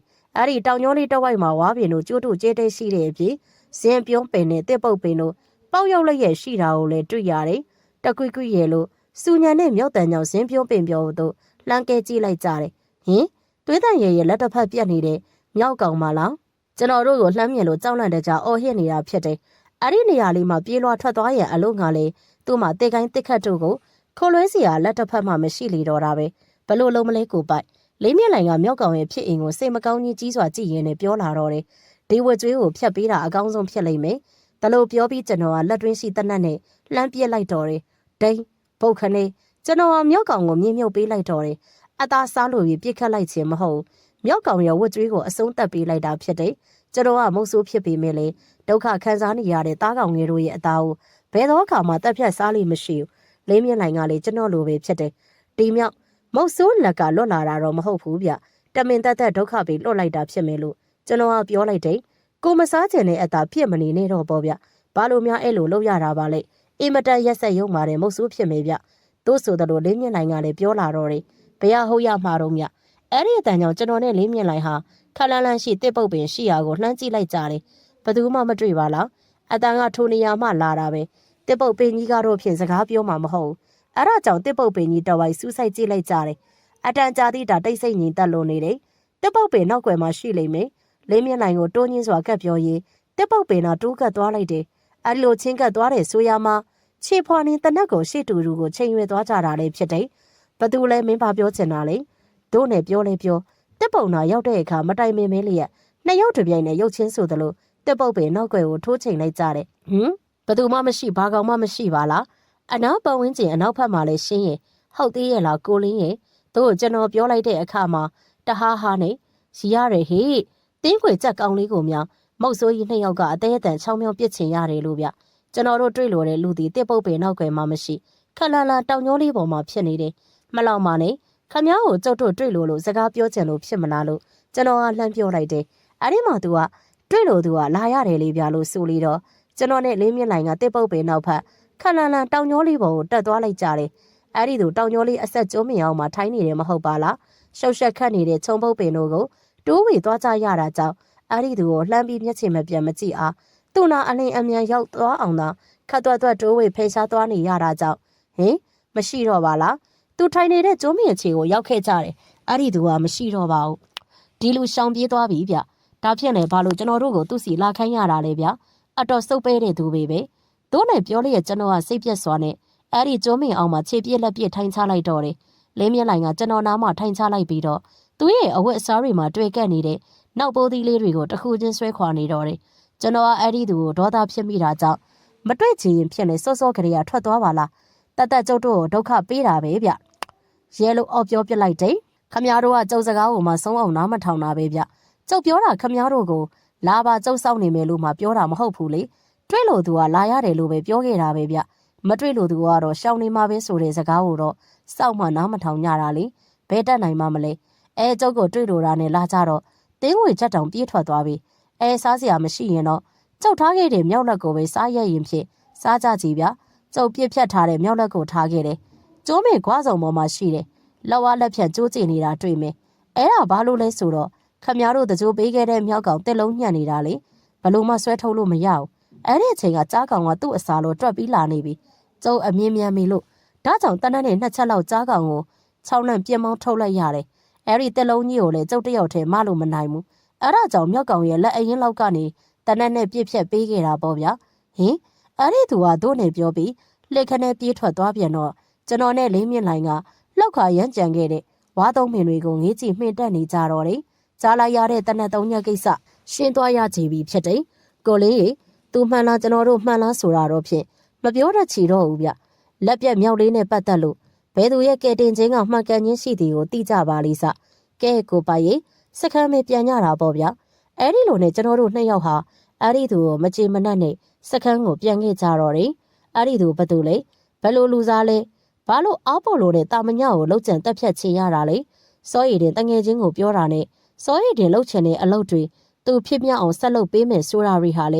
ေဘာတွေလဲသူ့ကိုကျွန်တော်တို့မျက်နှာချင်းဆိုင်စကားပြောခွင့်ရလေအောင်လုပ်ရမယ့်နီလန်ကအကြမ်းဖက်ဖမ်းဆီးရေးပင်ဖြစ်တော့တယ်ဒီတစ်ခါတွေ့လို့ကတော့ဖြင့်အလွန်မပေးချေလိုပြီးဖြစ်တော့တယ်ဘာကောင်ရခဲ့တော့စခန်းပြန်ရောက်ကြတာနဲ့စီးမေးလာတဲ့ပါတီစောဒေးဗစ်ကိုစိတ်ပြက်စွာခေါင်းခါပြလိုက်ပြီးမှအဲ့ဒီသူနဲ့စုံညပုံကိုပြန်ပြောလိုက်တော့တယ်ဖိုးခါရဲ့တငယ်ချင်းတွေထဲမှာသူ့လိုပုံမှန်တံမျိုးမတွေ့မြင်ဘူးကွကဲပါလေငါးတွေกินထားတယ်ဟိုနောက်ဖက်မြောင်းလေးထဲမှာလည်းတုတ်ကိုင်းထောင်ထားတယ်တို့စောဒေးဗစ်ကပြောလာတာကြောင့်အဲ့ဒီမှာညအိစခန်းချနေရပြီအုံးမီကိုတိလိုက်တော့တယ်တဲပေါ်မှာစောအားပိုလိုနဲ့တာမညဟာပင်မန်းရင်စာလောင်ရင်းတို့ကြောင့်အိမ်မောကျနေပုံလေးဖြစ်တယ်ငိမ့်တက်လို့နေကြတော့တယ်အိပ်ပစီနားပစီသဘောနဲ့မနိုးလေတော့ပဲကျွန်တော်တို့၃ယောက်ဟာငါးကေတကောင်းစီယူစားလိုက်ကြတော့တယ်နေအုံမြမျောစာလို့တယ်ငါးကေစားရင်တန်းလန်းကလေးမြင့်လိုင်းကသူ့ရဲ့ဘောင်းမီအိတ်ကက်အတွင်းကဝီစကီပြားလေးကိုထုတ်လာကြည့်တော့တယ်ကျွန်တော်တို့တောက်စားနေကြစဉ်တာမညနဲ့အားပို့လို့အဲ့ရမှနိုးလာကြတော့တဲ့ဖြင့်ကဲတာမညဖာထီလာစားကြကြည့်ဗျာငါးခင်ရှိတယ်ဒါလို့ဆိုပြီးစောဒေးဗစ်ကပြောနေတာကြောင့်ကျွန်တော်ဟာစောဒေးဗစ်ကိုလေးစားသွားမိပြန်တယ်အာဂါဒာမထားတဲ့မုတ်ဆိုးကြီးပါလားစောအပိုလိုနဲ့တာမညကတော့ဖြင့်စောဒေးဗစ်ကိုအမြင်ကြည့်ကြပုံမရအောင်ရှိစီတော့လေအားပိုလိုအတွက်တမတ်ဆုံးရှုံးခဲ့ရတယ်လို့တာမညအတွက်အကိုဆုံးရှုံးခဲ့ကြရတာပဲလေ ကျွန်တော်တို့ဒီစခန်းမှာဒီညအိမ်မယ်မနေ့ကမှထမလုံးပြန်ညတာပေါ့တို့ဆိုတယ်လို့စောဒေးဗစ်ကပြောလိုက်တော့တာမညနဲ့စောဟာပိုလိုကငားခင်တွေကိုစားရင်တန်းလန်းမျက်ခုံးပင့်မျက်လုံးမျက်စံပြူပြီးစောဒေးဗစ်ကိုကြည်လာကြတော့တယ်ငါရွာတကြီးလီကွာရွာမှာလှုပ်ရှားတွေရှိသေးတယ်ပြန်မဖြစ်မယ်ဆိုလာကြတော့တယ်အခုကလည်းရွာရေးကိစ္စလာကြတာပဲမဟုတ်လားအဲ့ဒီလိုစောဒေးဗစ်ကပြောတော့စောဟာပိုလိုကငားခင်ကိုတကိုင်းမြဖဲ့ကြိုက်ဝါလိုက်လေပြီအေးလေစောရည်တွေတကယ်သိမသိသိပြီးပြီလေပြန်ယုံမဲပေါ့လို့ပြောလာလေတော့တယ်ဖာတီရွာသား3ယောက်ကိစ္စမပြတ်သေးဘူးလေတို့ကျွန်တော်ကဝင်ပြောလိုက်တော့စောအပိုလိုတယောက်အံ့ဩတကြီးဖြစ်သွားပြီးဘာလို့ပြောတာတော့မေးလာတော့တယ်ဝါခုတ်တမငခွေးတို့3ယောက်ကထမလုံရွာသားတွေပဲမဟုတ်လားဖာတီရွာသားတွေပဲပေါ့သူတို့ဒီမဲ့ဝါခုတ်ဖို့ရောက်လာကြတယ်ဆိုပေမဲ့အခုဖာတီအမြင်မဲ့ဝါခုတ်တဲပဲရှိတယ်သူတို့ပျောက်နေကြတယ်တွေးရသားရောဟုတ်မဟုတ်သိဖို့လိုလာပြီလေဖာတီတို့ကိုလောက်ကြံကျင်နေသူကလည်းဒီဝင်းကျင်မှာပဲရှိနေတယ်သူပဲသူလဲဘာလို့ထမလုံရွာသားကြီးကိုလောက်ကြံချင်ရတာလဲပြီးတော့ငခွေးတို့ပျောက်ချင်းမလားပျောက်နေတာသူနဲ့မပတ်သက်ဘူးပြောလို့ရမလားတို့ကျွန်တော်ကပြောလိုက်တော့မှစောအပိုလိုတယောက်သူ့နှစ်ဘေးမှတာမညကိုတစ်ချက်စောင်းကြည့်လိုက်ပြီးတော့ခေါင်းဆက်ပြပြီးကျွန်တော်ဘက်ပြန်လှည့်လို့ကောင်းတယ်လို့လောက်ကြပေါ့ကွာလို့ပြောလာတော့တယ်ကဲကျုပ်တို့ထမလုံရွာသားကြီးအတွက်ဟင်းလျာရှာထွက်ရအောင်မေပြလို့ဆိုပြီးစောဒေးဗစ်ကတနန်ဆွဲပြီးထွက်သွားလေတော့တယ်ဖာတီလိုက်ခဲ့ရမလားရတယ်ဒီနောက်မြောင်းလေးတင်တောက်ကိုင်းတွေလည်းသွားကြည့်ရင်ပေါ့ကျွန်တော်တို့အပေါင်းမစောဒေးဗစ်ထွက်သွားလိမ့်ပြီအမြင်မှပျောက်သွားလေတဲ့အခါစခန်းအနောက်ဘက်မြောင်းလေးအတွင်းလောက်စီကကွာကတော်လို့တောကြမတကောင်ရဲ့အော်တန်တဲ့ကိုကြားလိုက်မိတော့တယ်ညစာအတွက်တောကြတကောင်တော့ဖြင့်တေးကြပြီဒီလိုနဲ့လေးမြင့်လိုင်းကပြောရင်တာမညကိုကြည်ရပြုံးလိုက်တယ်ရေးသွားတောက်ချီအောင်မယ်တာမညကလေးမြင့်လိုင်းကိုစူးစိုက်ကြည့်နေရင်ကနေရာမထကခက်လန်းလန်းရှိချောင်းငယ်လေးပဲထွက်သွားလေတော့တယ်ချောင်းအောက်ဘက်ခွေလေးနားမှာရေကြီးအိုင်လေးတစ်ခုရှိတယ်အဲ့ဒီရေကိုတောက်ချီတို့ဆိုတယ်လို့လေးမြင့်လိုင်းကပြောလိုက်တယ်စောအပိုလိုကလည်းတာမညငါအတွက်ပါခက်ခဲကွာဆိုလေတာကြောင့်တာမညကတစ်ဖက်ပိတ်ဝစစ်ဘူးလေးကိုကောက်ယူသွားချီတော့တယ်ကဲကိုလင်းကျွန်တော်လည်းချောင်းဘက်တောင်ကမ်းပေါ်တက်ပြီးတားကောင်ရှာကြည့်အောင်မယ်ဒါလို့ဆိုပြီးကျွန်တော်ဟာလည်းတနက်ကိုလွှဲပြီးချောင်းဘက်ထွက်ခဲ့တော့တယ်အဲ့ဒီလိုထွက်ခဲ့တယ်ဆိုရမှာတာမညနဲ့တလန်းစီဖြစ်ချီတော့တယ်ကျွန်တော်ဟာချောင်းအထက်ဘက်ကြတာမညနဲ့ဆိုပါလေရင်ခိုင်90အကွာဖြစ်တော့တယ်ကျွန်တော်ထွက်လာတာနဲ့လင်းမြင့်လိုင်ကဝါတဲပေါ်တက်သွားလေတော့တယ်အောက်ပေါ်လိုကမီးပုံဘေးမှာထိုင်ပြီးသူ့လွဲအိတ်ကြီးအတွင်းကပလက်စတစ်အထုပ်တစ်ထုပ်ကိုထုတ်၍၎င်းအတွင်းမှရှိကွန်းရပစ္စည်းတို့ကိုထုတ်ယူကစားနေရစ်ချီတော့တယ်ကျွန်တော်ကချင်းမျက်စိသားသားရှိတဲ့ချောင်းရည်ကိုဖျက်၍တစ်ဖက်ကပယံကိုဖျက်လျှောက်ပြီးတောင်ကျောလေးပေါ်တက်လာရင်ကျွန်တော်နဲ့ဆိုပါလေရင်ချောင်းအောက်ဘက်မှာရှိနေတဲ့တာမညကိုလှမ်းကဲကြည့်လိုက်တယ်ချောင်းခွေရေအိုင်လေးရာရေကိုတာမညကဝစစ်ဘူးနဲ့ထိုးနေရေးထည့်နေလေတာကိုတွေ့လိုက်တယ်ဟာအဲ့ဒါလိုရှိစေတောင်ကျောဆောင်မှာတစ်ပင်ခြုံတွေတို့ကိုတိုး၍ပြေးထွက်သွားတဲ့ကြောင်အသေးအချာကြည့်လိုက်တယ်တောဝက်ပြိုလေးတကောင်ဖြစ်တယ်လျက်တစ်ပတ်ပြက်လိုက်ပြီးကြံရွယ်ပြီးပါမှမသေးကြမရေရာတိပြက်မှတ်ဖြစ်နေခြင်းကြောင့်ချိန်ရွယ်ထားတဲ့တနက်ကိုပြန်ရုပ်သိမ်းလိုက်ပြီးတောဝက်ပြိုကောင်ပြေးသွားရာခြုံတွေတို့ကိုရှောက်သွားလိုက်တော့တယ်ဟာဟုတ်ပြီရှေ့ခက်လန်းလန်းခြုံတွေနောက်မှာသားကောင်တကောင်ရှိလောက်ပြီးတယ်တလုံးလုံးနဲ့ဖြစ်နေတာကြောင့်လက်တွင်းရှိတနက်နဲ့လှမ်းချိန်ထားလိုက်တယ်သားကောင်ရုပ်လုံးပေါ်လေးတော့ပြက်ခတ်ဖို့အသင့်ဖြစ်တယ်အတန်းကြားစူးစိုက်ကြည့်နေရမှသားကောင်ရုပ်လုံးပေါ်လာတဲ့အခါမှာလွန်မင်းစွာအံ့ဩသွားမိတော့တယ်ဒါကြောင့်ကျွန်တော်ကကြပြကတိပဲဟိတ်ကောင်ထွက်ခဲ့လို့အော်ဟစ်ပြောလိုက်တော့တယ်လူသားတယောက်ဖြစ်နေတာကြောင့်တနက်ပြောင်းလို့တော့ဖြစ်ပြန်လဲရုပ်သိမ်းလိုက်တဲ့အခါမှာဒိန်းကနေအလိုလေးပြချက်သိန်းတွေထသွားမိတော့တယ်လွန်မင်းစွာလည်းထိတ်လန့်သွားမိတယ်ကြည်တောက်ဟာကျွန်တော်ခေါင်းပေါ်မှာထောင်တက်ဖြတ်သွားတော့တယ်ဘုတ်ဟင်တနက်တန်လေးတပြိုင်နက်နီးဆိုသလိုပင်ကျွန်တော်နောက်ဖက်နာသို့တစုံတရာအမြင့်ကပြုတ်ကျလာတာကြောင့်ကြပြကတိလှည့်ကြည့်လိုက်တယ်အလိုလေးပြဖော်ကြီးတကောင်ဖြစ်နေတော့တယ်တနက်ကြီးကြောင့်ဦးကောင်းကြေးမွနေတယ်ခမရတို့အတွက်ဆိုလေးအတန်ကြောင့်တနက်သမားကိုကြပြကတိလှည့်ကြည့်လိုက်တယ်မြန်လိုက်တာအဲ့ဒီလိုသာရေရွတ်မိရင်တနက်သမားကိုမခံကြီးမခံတာဖြစ်မိသေးတော့တယ်ဟိုကောင်များလီလာလို့လဲတွေးလိုက်မိတယ်ကျွန်တော်ရဲ့ရန်သူဆိုရင်ကျွန်တော်တီလောက်ပြီးတောက်တစ်ချက်ပြင်းပြင်းခောက်လိုက်ပြီးအဲ့ဒီသူပြေးထွက်သွားရဘက်ကိုအန်ကျိတ်ခါဝေးဝိုက်ကြည့်နေလိုက်ပြီးဟင်းရလို့တက်ပြင်းတစ်ချက်ချလိုက်ခါစိတ်လျှော့၍ထိုးသူပြစ်သွားတဲ့ဖော့ကောင်ကိုကောက်၍စခန်းကိုနှိကွေသောခြေလန်းတို့နဲ့လှည့်ပြန်ခဲ့တော့တယ်စခန်းကိုပြန်ရောက်တော့စောရီပြတယောက်ကြက်ကောင်ကိုတစိုးထိုးမိခင်ပြီးဖြစ်နေတော့တယ်စောအပိုလိုနဲ့တာမညကတော့စခန်းတဲပေါ်မှာထူထောင်ထိုင်နေကြပြီးကျွန်တော်ကိုကဲကြည့်နေကြတယ်ကိုလင်းရောလေးမြင့်လိုင်ကိုမတွေ့လို့မေးလိုက်ရင်လက်တွင်းကဖော့ကောင်ကိုစောရီပြကိုလှမ်းပြလိုက်တယ်ဆရာလင်းရေသွားချိုးတယ်ပါတီဖော့ကောင်ကိုအသားဖြတ်တစိုးထိုးမိခင်တော်ကြီးပြကျွန်တော်လည်းရေသွားချိုးအောင်မယ်ဆိုပြီး ချောင်းဘက်ကိုပြန်ထွက်ခဲ့ပြန်တယ်အလားတုံးကချောင်းမဖြတ်ခဲ့တာပဲလေးမြင့်လိုင်ကိုမတွေ့ပါလားအဲဒါကြောင့်ချောင်းအောက်ဘက်ခွေးလေးနာလျှောက်သွားလိုက်တယ်ချောင်းခွေးတစ်ဖက်မှာလေးမြင့်လိုင်ရှိနေတယ်အဲ့ဒီနေရာလောက်စီမှာသာရေချိုးလောက်တဲ့ရေအိုင်ရှိလိမ့်မယ်အဲဒါကြောင့်ကျွန်တော်ကလေးမြင့်လိုင်ရှိလောက်တဲ့ချောင်းခွေးအောက်ဘက်လျှောက်သွားလိုက်ရင်စခန်းသို့ပြန်လှည့်ကြည့်လိုက်တဲ့အခါမှာစောရီဘီတယောက်စခန်းနောက်ဘက်တော်တွင်ဝင်သွားတာကိုလှမ်းတွေ့လိုက်တယ်သူတုံကိုင်းထောင်ထားလေသည့်နေရာသွားလေတာလည်းဖြစ်မယ်သူဟာနေရာအနှံ့တုံကိုင်းတွေထောင်ထားတယ်မဟုတ်ပါလားကျွန်တော်ထင်ထားလေတဲ့အတိုင်းလေးမြင့်လိုင်ကချောင်းခွေအောက်ဘက်အတော်လှမ်းမှရှိတဲ့ရေအိုင်ကြီးမှရေစိမ်ချိုးနေတယ်ဘလို့လဲတနက်တန်တော့ကြားလိုက်ပါရဲ့ဘာကောင်ရခဲ့တော့ဒီလိုမေးလာတော့ကျွန်တော်ကဖြစ်စဉ်ကိုစိတ်လက်မအိမတပြောလိုက်တယ်ဒါဖြင့်ဟိုကောင်မေးဖြစ်မှာပေါ့ဒီကောင်ကျွန်တော်တို့စခန်းချတဲ့နာတရေဝဲဝဲလေလေဗျဟိုနှစ်ယောက်ကိုလုံပြန်ညင်လို့ချောင်းနေတာဖြစ်မယ်သူ့ကိုတွေ့သူ့ကိုမိမပြီပဲအဖြစ်မှန်သိရတော့မှာပေါ့ဒါလို့ပြောပြီးကျွန်တော်ဟာလည်းရေအိုင်အတွင်ဆင်းလိုက်တော့တယ်အလိုလေးဗျရေအနက်လေးမြင့်လိုက်ရင်ကောင်းလောက်လို့တွက်ထားကခါလောက်သာရှိပါကလားလေးမြင့်လိုက်ကရေထဲမှာစိမ့်မြင်းနှပြေးထိုင်နေတာကိုရေကားတော့ဖြစ်အေးစိမ့်လို့နေတယ်အတန်ကြာကြာရေစိမ့်လိုက်ပြီးတော့စခန်းကိုပြန်ခဲ့ကြတော့တယ်ဟုတ်ကဲ့ပါရှင်ဒီကနေ့ကျမတို့ channel ရဲ့တင်ဆက်မှုကိုဒီလောက်နဲ့ပဲရန်အောင်ခွင့်ပြုပါနောက်ရမှာဒီဇလန်ရဲ့စက်သိမ်းပိုင်းကိုတင်ဆက်မှာဖြစ်တဲ့အတွက်ဆက်လက်ဆောင်မြော်နှောင်းစင်မှုပြောကြရင်နှုတ်ဆက်ချင်ပါတယ်အားလုံးကိုကျေးဇူးတင်ပါတယ်